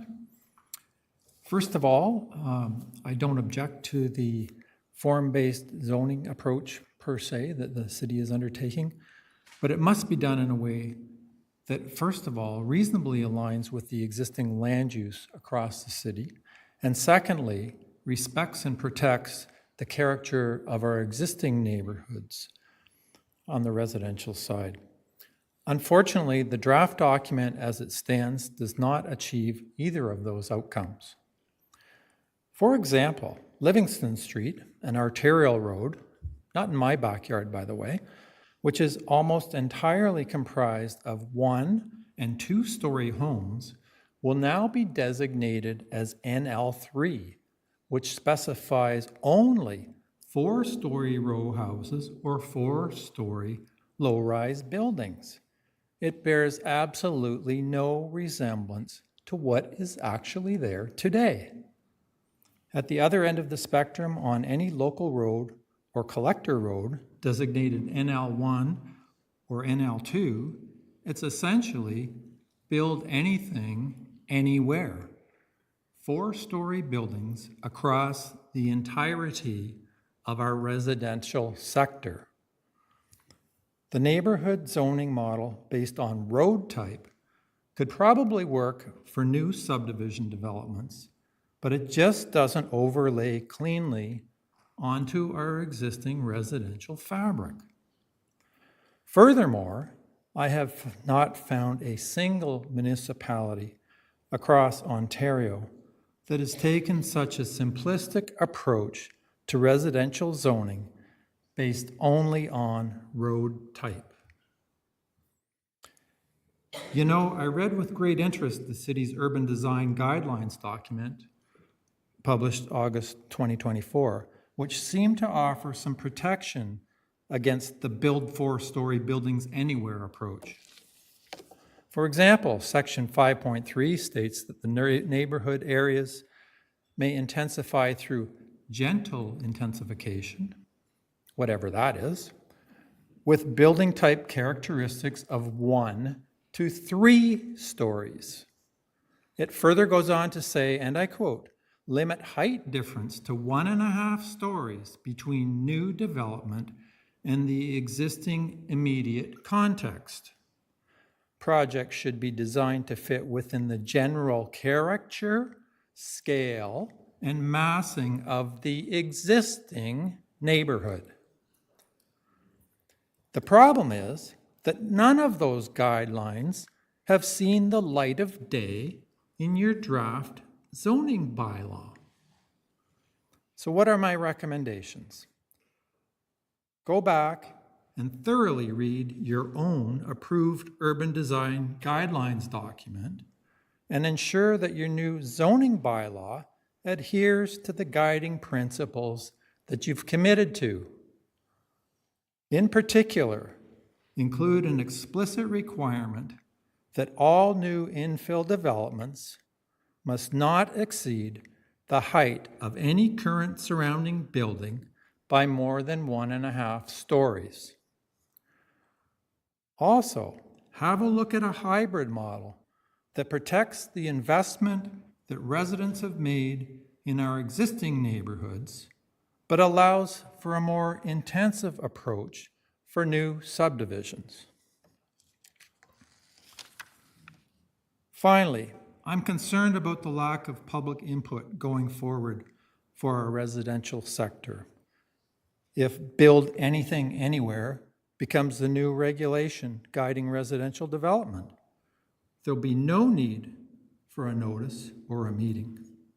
Convenient for city staff and council, I'm sure, but we, the citizens, will lose a fundamental component of our local democracy. One final point. Our experience with the waterfront sports field issue this year has shown us that the citizens of Barrie care deeply about our city, and that city staff and council don't always get things right the first time. If staff and council take the time to fully digest the input that you've received here this evening, I'm confident that you can bring back a fourth draft of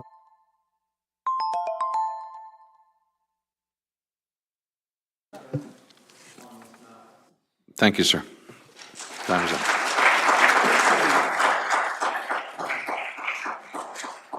I will now call upon Edward Tracy.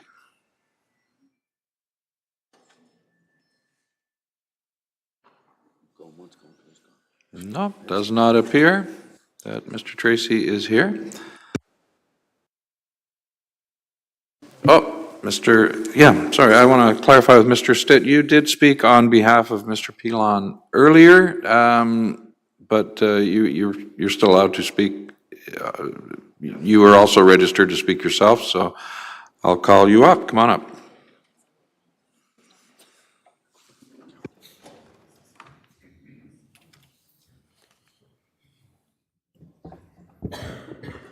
Thank you again, Mr. Chair.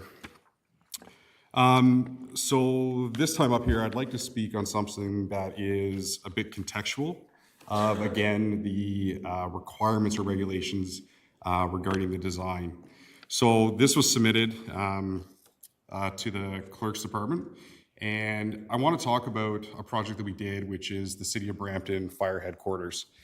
Similar to what my colleagues have talked about cost increase and how we deal with sustainability in our designs, this project itself was constructed and opened in 22.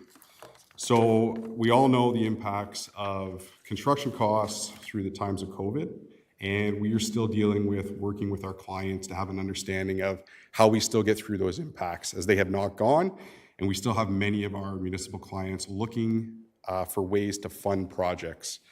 I'm sure the City of Barrie is no different. It's challenging, but we also look at municipalities moving forward in good steps to make sure that they're providing buildings that are high quality and support the communities as well. So this building, for just some quick context, it's about 68,000 square feet, 2 stories. It services every department inside the fire department. It's an amalgamation of all their departments to come under one roof. This building was also designed to a LEED Silver certification. So the zoning bylaw and urban design does make mentions of LEED-like designs, which is contextual as well. We're very proud of this building, and yes, we are biased in the design because it is part of ours. However, this project did receive 2 awards. So it did receive the People's Choice for the Urban Design Award in Brampton, and it also received the Urban Design Public Institute Award as well. So well recognized within the city. This building went through a process of the Urban Design Review Panel that the City of Brampton implements on major projects. That panel consisted of planners, urban designers, landscape architects, and other architects. So we got to run this through our peers as well to come to a collective effort for what the building should look like, feel like, and how it should integrate with the community. The 2 things that kind of brought up in this project very specifically were how the design was implemented and the sustainability features of it as well. So specifically, within the new zoning bylaw, we're talking about this window to wall ratio aspect. So it's item 3211, and it notes as point A, the facades of any low-rise building, mid-rise building, or high-rise building shall have a total maximum of 60% of window-to-wall ratio as measured across all building facades. And point B, a minimum of 50% of the facade of any low-rise building, mid-rise building, or high-rise building abutting a street, landscaped open space, or amenity area shall be windows, openings, or similar. What that does for this project specifically is we look to design buildings that are responsible in many ways. We typically design buildings with 15 to 30% window openings. The ideas of 50% and 60% are extreme. This building was designed with 19% window ratio, and for us to move into those 50 and 60% categories, we're looking at a direct cost of just the window package of $1.4 million. That doesn't talk to what it would actually do to the sustainability side of things. If we were to increase our window-to-wall ratio, we would not be compliant with the progress that we had with the LEED, and we would not be compliant with what the City of Brampton wanted to do as well as part of their internal standards. So we have an issue there. For us to compensate for that, we can move to increased performance in our glazing, but to move to that increased performance, we're looking at another increased cost of $1.3 million. So in total, it's $2.7 million just to address the windows in the building. That doesn't talk to the window coverings, that doesn't talk to the updates to the mechanical systems, the HVAC systems, and also that much window would also put an impact on the working relationship of the people in the building. So what this does is it obviously puts pressure on capital budgets, and that is where our concern comes, that as we look to be responsible and move forward with responsible designs in the City of Barrie, that we are putting significant impacts onto an already difficult conversation about finding budget and finding money for capital projects that we'd like to move forward with. Thank you.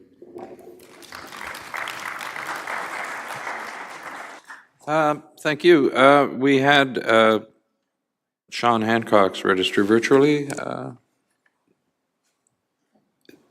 Are they on the line? Yes. I'm here.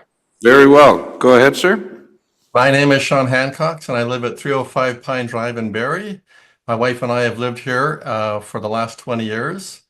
Our house and our neighborhood is our most precious possession and investment. And I will start by stating categorically that my wife and I oppose these bylaw changes and view them as a personal attack on our neighborhood, living conditions, lifestyle, as well as our rights and freedoms. We chose very carefully where to live, and to have those rules changed to undermine our rights is frankly just unfair. Our biggest fear in Barrie neighborhood, our biggest fear is Barrie neighborhoods will be turned into rental housing, and there's nothing in the changed bylaws to prevent this. We feel that building in Barrie right now is the Wild West for developers. It's more like the tail wagging the dog, and Barrie is the buyer. Do these guys live in Barrie? They don't state that in their introduction. The user-friendly document that the city sent out is 220 plus pages long, and it's anything but user-friendly. It's intended primarily for the use of developers and the city staff. I would like a document that states clearly, if you were previously zoned residential 1 and are now NL 1, 2, or 3, these are the changes you can expect. I want it simple and clear and concise as my credit card or bank charges are spelled out when they change the terms to me. The general purpose of these bylaw changes seem to be to remove the rights of the residents to prevent or challenge housing inconsistent with the typical size of their neighborhoods. Buildings that will promote rental units, contribute to street parking issues, as well as winter driving hazards. In these established neighborhoods, developers and speculators will be free to buy up housing and build rental units without the neighbors' complaints being heard or considered. They will fundamentally change the feeling of the entire neighborhood. The term affordable housing is being used extensively by everybody tonight. However, it's yet to be defined. Affordable by whom? By the top 1%? By the minimum wage earners? By working families? If this is about making housing affordable, here are a couple of suggestions. Cap real estate fees at $5,000 per sale, not on the sale of the price. This is an outdated model and serves only as an incentive to raise the price of the house. And as one real estate agent told me, Barrie has more real estate agents than any other city in Ontario. There's a reason for that. Eliminate the HST on housing sales as originally intended back in when it was brought in. 93, I think. Cap profit by developers on new housing at 5%, with a number of units being proposed and currently under construction. This is a more than fair profit margin if affordable housing is their heartfelt intent. Prevent flipping by charging automatic capital gains on any home resale after the first 5 years, and prevent renting it out. Eliminate speculators and developers by mandating that they live full-time in their developed and established neighborhoods, or prevent them from buying in established neighborhoods to begin with. Establish a list of acceptable contracting costs to prevent unfair pricing. I know this is possible because I produced 3 seasons of income property where I did just that. If you need help, I'm happy to be a resource. Moving forward, I would like all existing neighborhood bylaws amended so that anyone building anything more than a granny flat on the original footprint must be individually approved. I would also like it mandated that the owner must live in the current unit to prevent speculators and landlords from ignoring the property and building once built. I've seen this happen far too often and can cite various locations in Barrie that have this problem. I'm sure council is already aware of these areas. I would like an assurance in the bylaws that pre-existing neighborhoods cannot be turned into rental neighborhoods. Finally, moving towards true affordable housing, not rental units, is a noble cause, and it's about time the government takes notice. A homeowner takes pride in their possession. It is the single most expensive purchase that they make in their life. Renters are saving up for the opportunity to purchase while landlords neglect their property. In short, renters don't have the money nor the incentive to take care of someone else's property. Please take the time to amend these bylaws in favor of residents, not developers. We buy based on neighborhoods. We stay because they're an anchor in our life. We leave when they become not. Thank you for your time.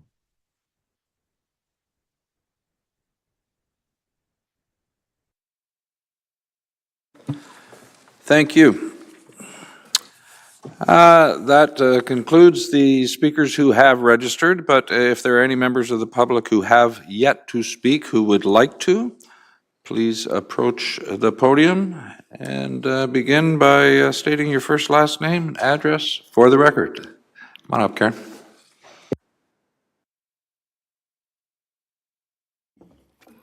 Thank you very much for your time today. I thought I did email and register, but it might have been my mistake, so my apologies.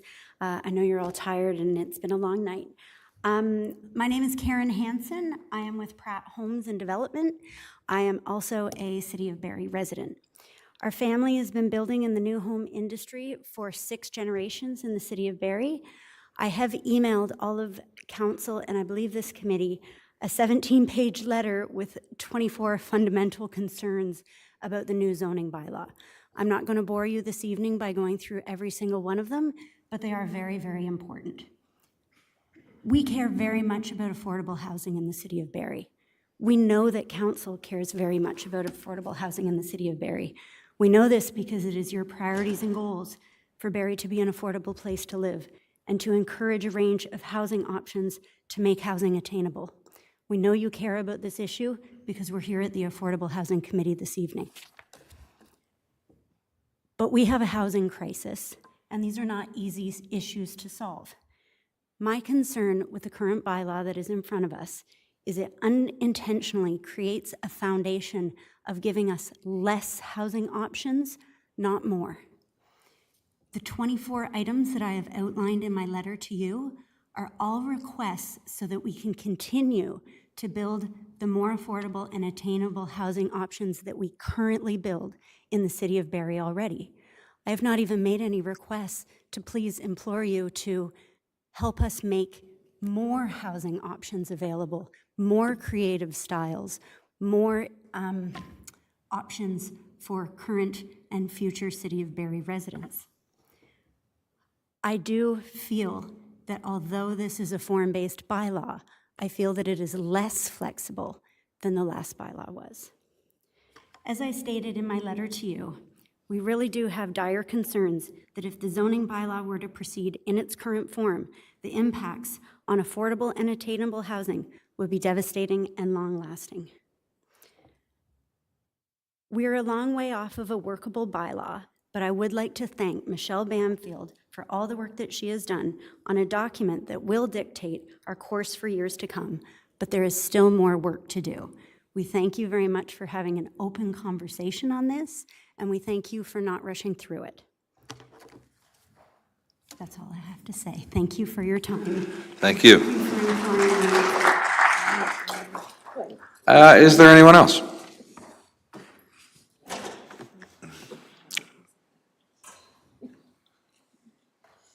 Go ahead, Hellier. Sorry, Chair Nixon, members of council. My name is Hellier Hansen. I'm a resident of Barrie, a developer, and it's tough to come after my wife. But I do represent the Simcoe County Homebuilders Association. We have 150 members working in the housing industry in the area.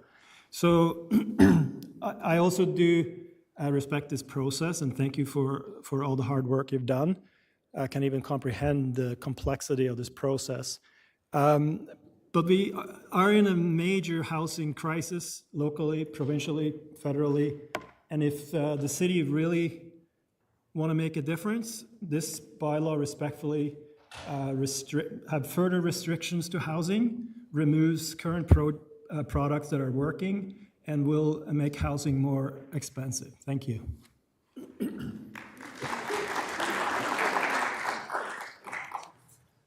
Thank you. Do we have anyone else?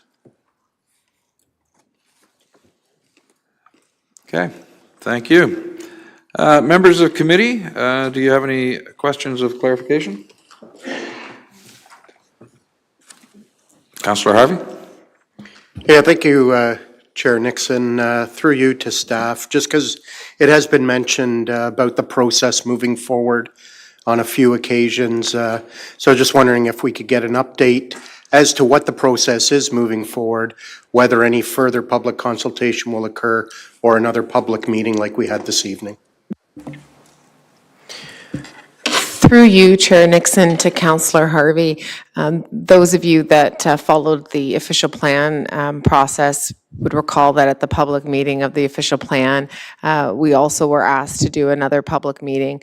And at that time, because the statutory public meeting really is a statutory public meeting, I said we did a compromise and we did like a town hall. And again, some of you may or may not remember that. So I'm never opposed to doing more consultation, whether or not it'll be a quote statutory consultation, and that's just me being a planner. But definitely, if and as we move through things, you know, the plan is to speak to individual councillors about their ward specific concerns and what they're hearing from their constituents to give everybody that you know, one-on-one time, if you will.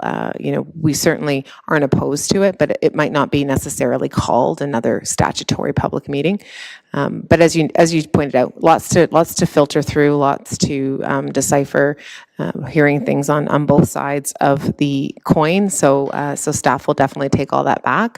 And then again, anybody that has registered to speak tonight or has registered themselves on buildingbarrie.ca will get updates, and we always try to make sure that people are aware of when things are moving through the process. So and again, always happy to hear from people, and we've had a lot of one-off meetings with people as well.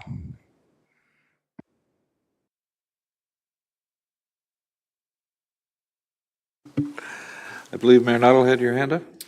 Yeah, thank you. Ms. Banfield, one of the things we heard here tonight was in the existing neighborhoods, it appears that it becomes a lot easier to do a redevelopment. And then we heard in the unbuilt areas, the greenfield areas, that there's a feeling it becomes more difficult to do development. Is there a possibility inside of the zoning bylaw, there can be, or not the bylaw, but the staff report that eventually comes back, recognizing there can be all kinds of changes between then and now, that there's a clear section that says these are additional regulations and these are a decrease in regulations, and these are the zones that are affected.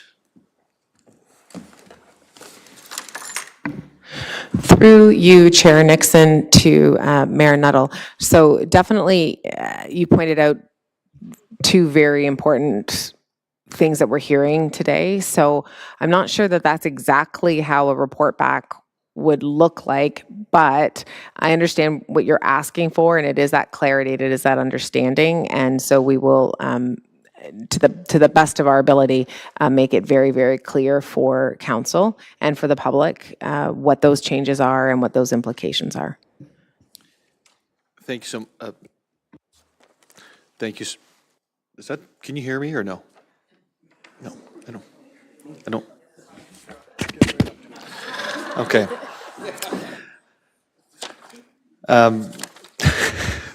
It's on. I was literally about to say, is this thing on? But you know, the other piece that I heard consistently tonight was on the integration of urban design guidelines and the zoning bylaw. And we submitted a massive document to the province on urban design guidelines and a whole bunch of other things, including boundary, et cetera. I would say about 60% of it's boundary, the rest of it's on the OP. And there was a very clear conversation that was being had around this table and in the public and from the provincial government on the integration of urban design guidelines into the OP, and then potentially, I'm seeing this now in the zoning bylaw. And in the report back, could we please clearly delineate that? Because it was something that we heard loud and clear from the province that was an issue in the OP. And the last thing I want to do is get on the radar for looking like we skirted back and ran in a different direction and did the exact same thing. So if that can be like clearly articulated for me, because I need it clearly articulated, because I'm not a planner. That would be great.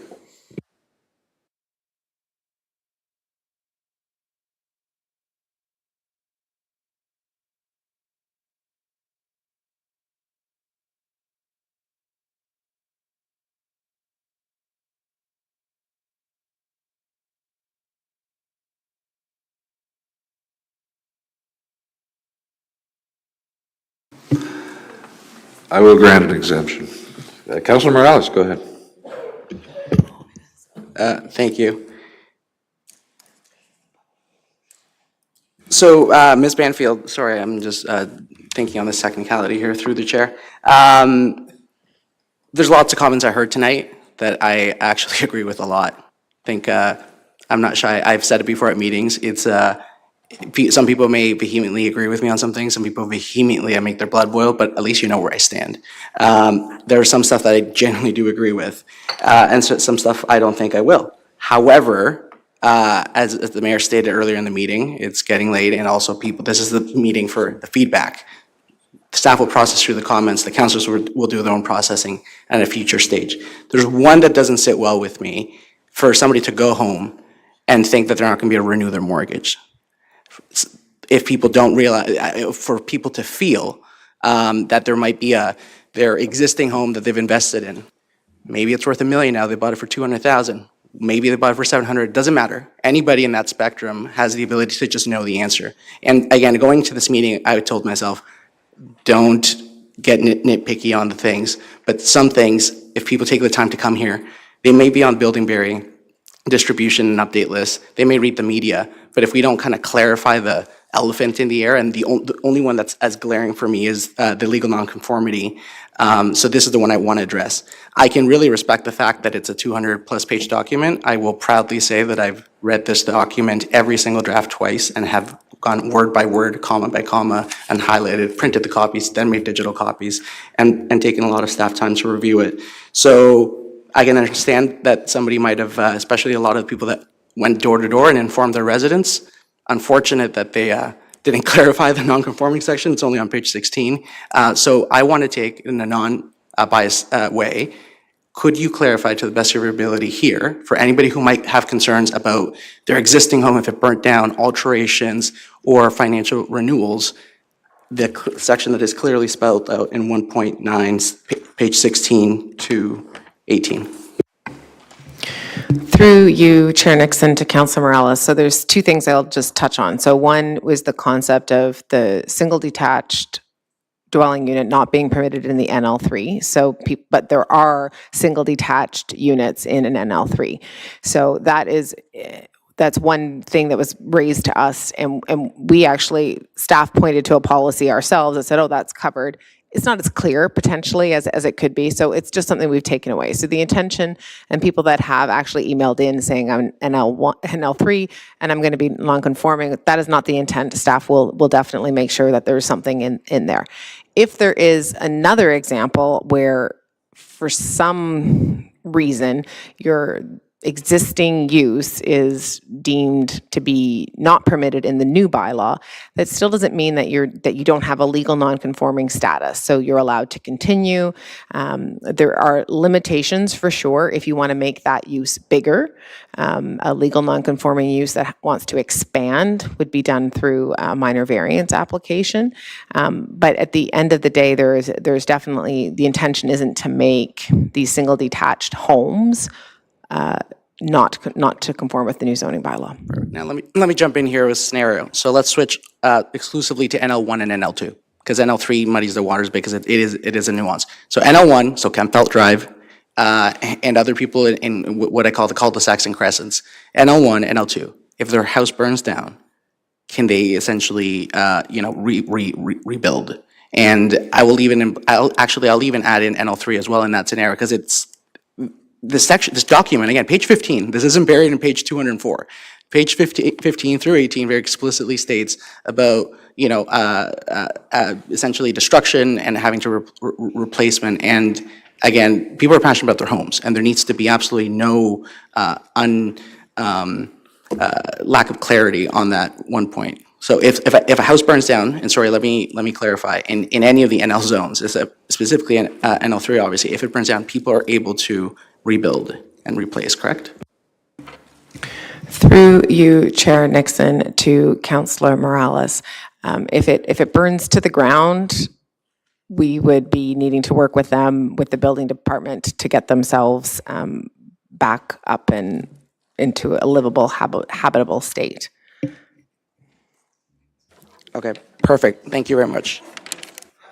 And so, one second, just thank you, Ms. Banfield. I'm just reading here. Nothing in the non-conforming uses on page 17. Nothing prevents a structure from. Nothing in this bylaw applies to prevent the structure of any land, building, or structure for any purpose prohibited in this bylaw, if such land, building, or structure was lawfully used for such purpose on the day of the passing of the bylaw, so long as it continues to be used for that purpose. So I just read that out loud to clarify in this situation, the replacement of the structure, not necessarily for like an upgrade, but necessarily for, a flooding, a fire, another act. That is kind of the specificity of my question. Through you, Chair Nixon, to Councilor Morales, that is correct. Perfect, thank you very much.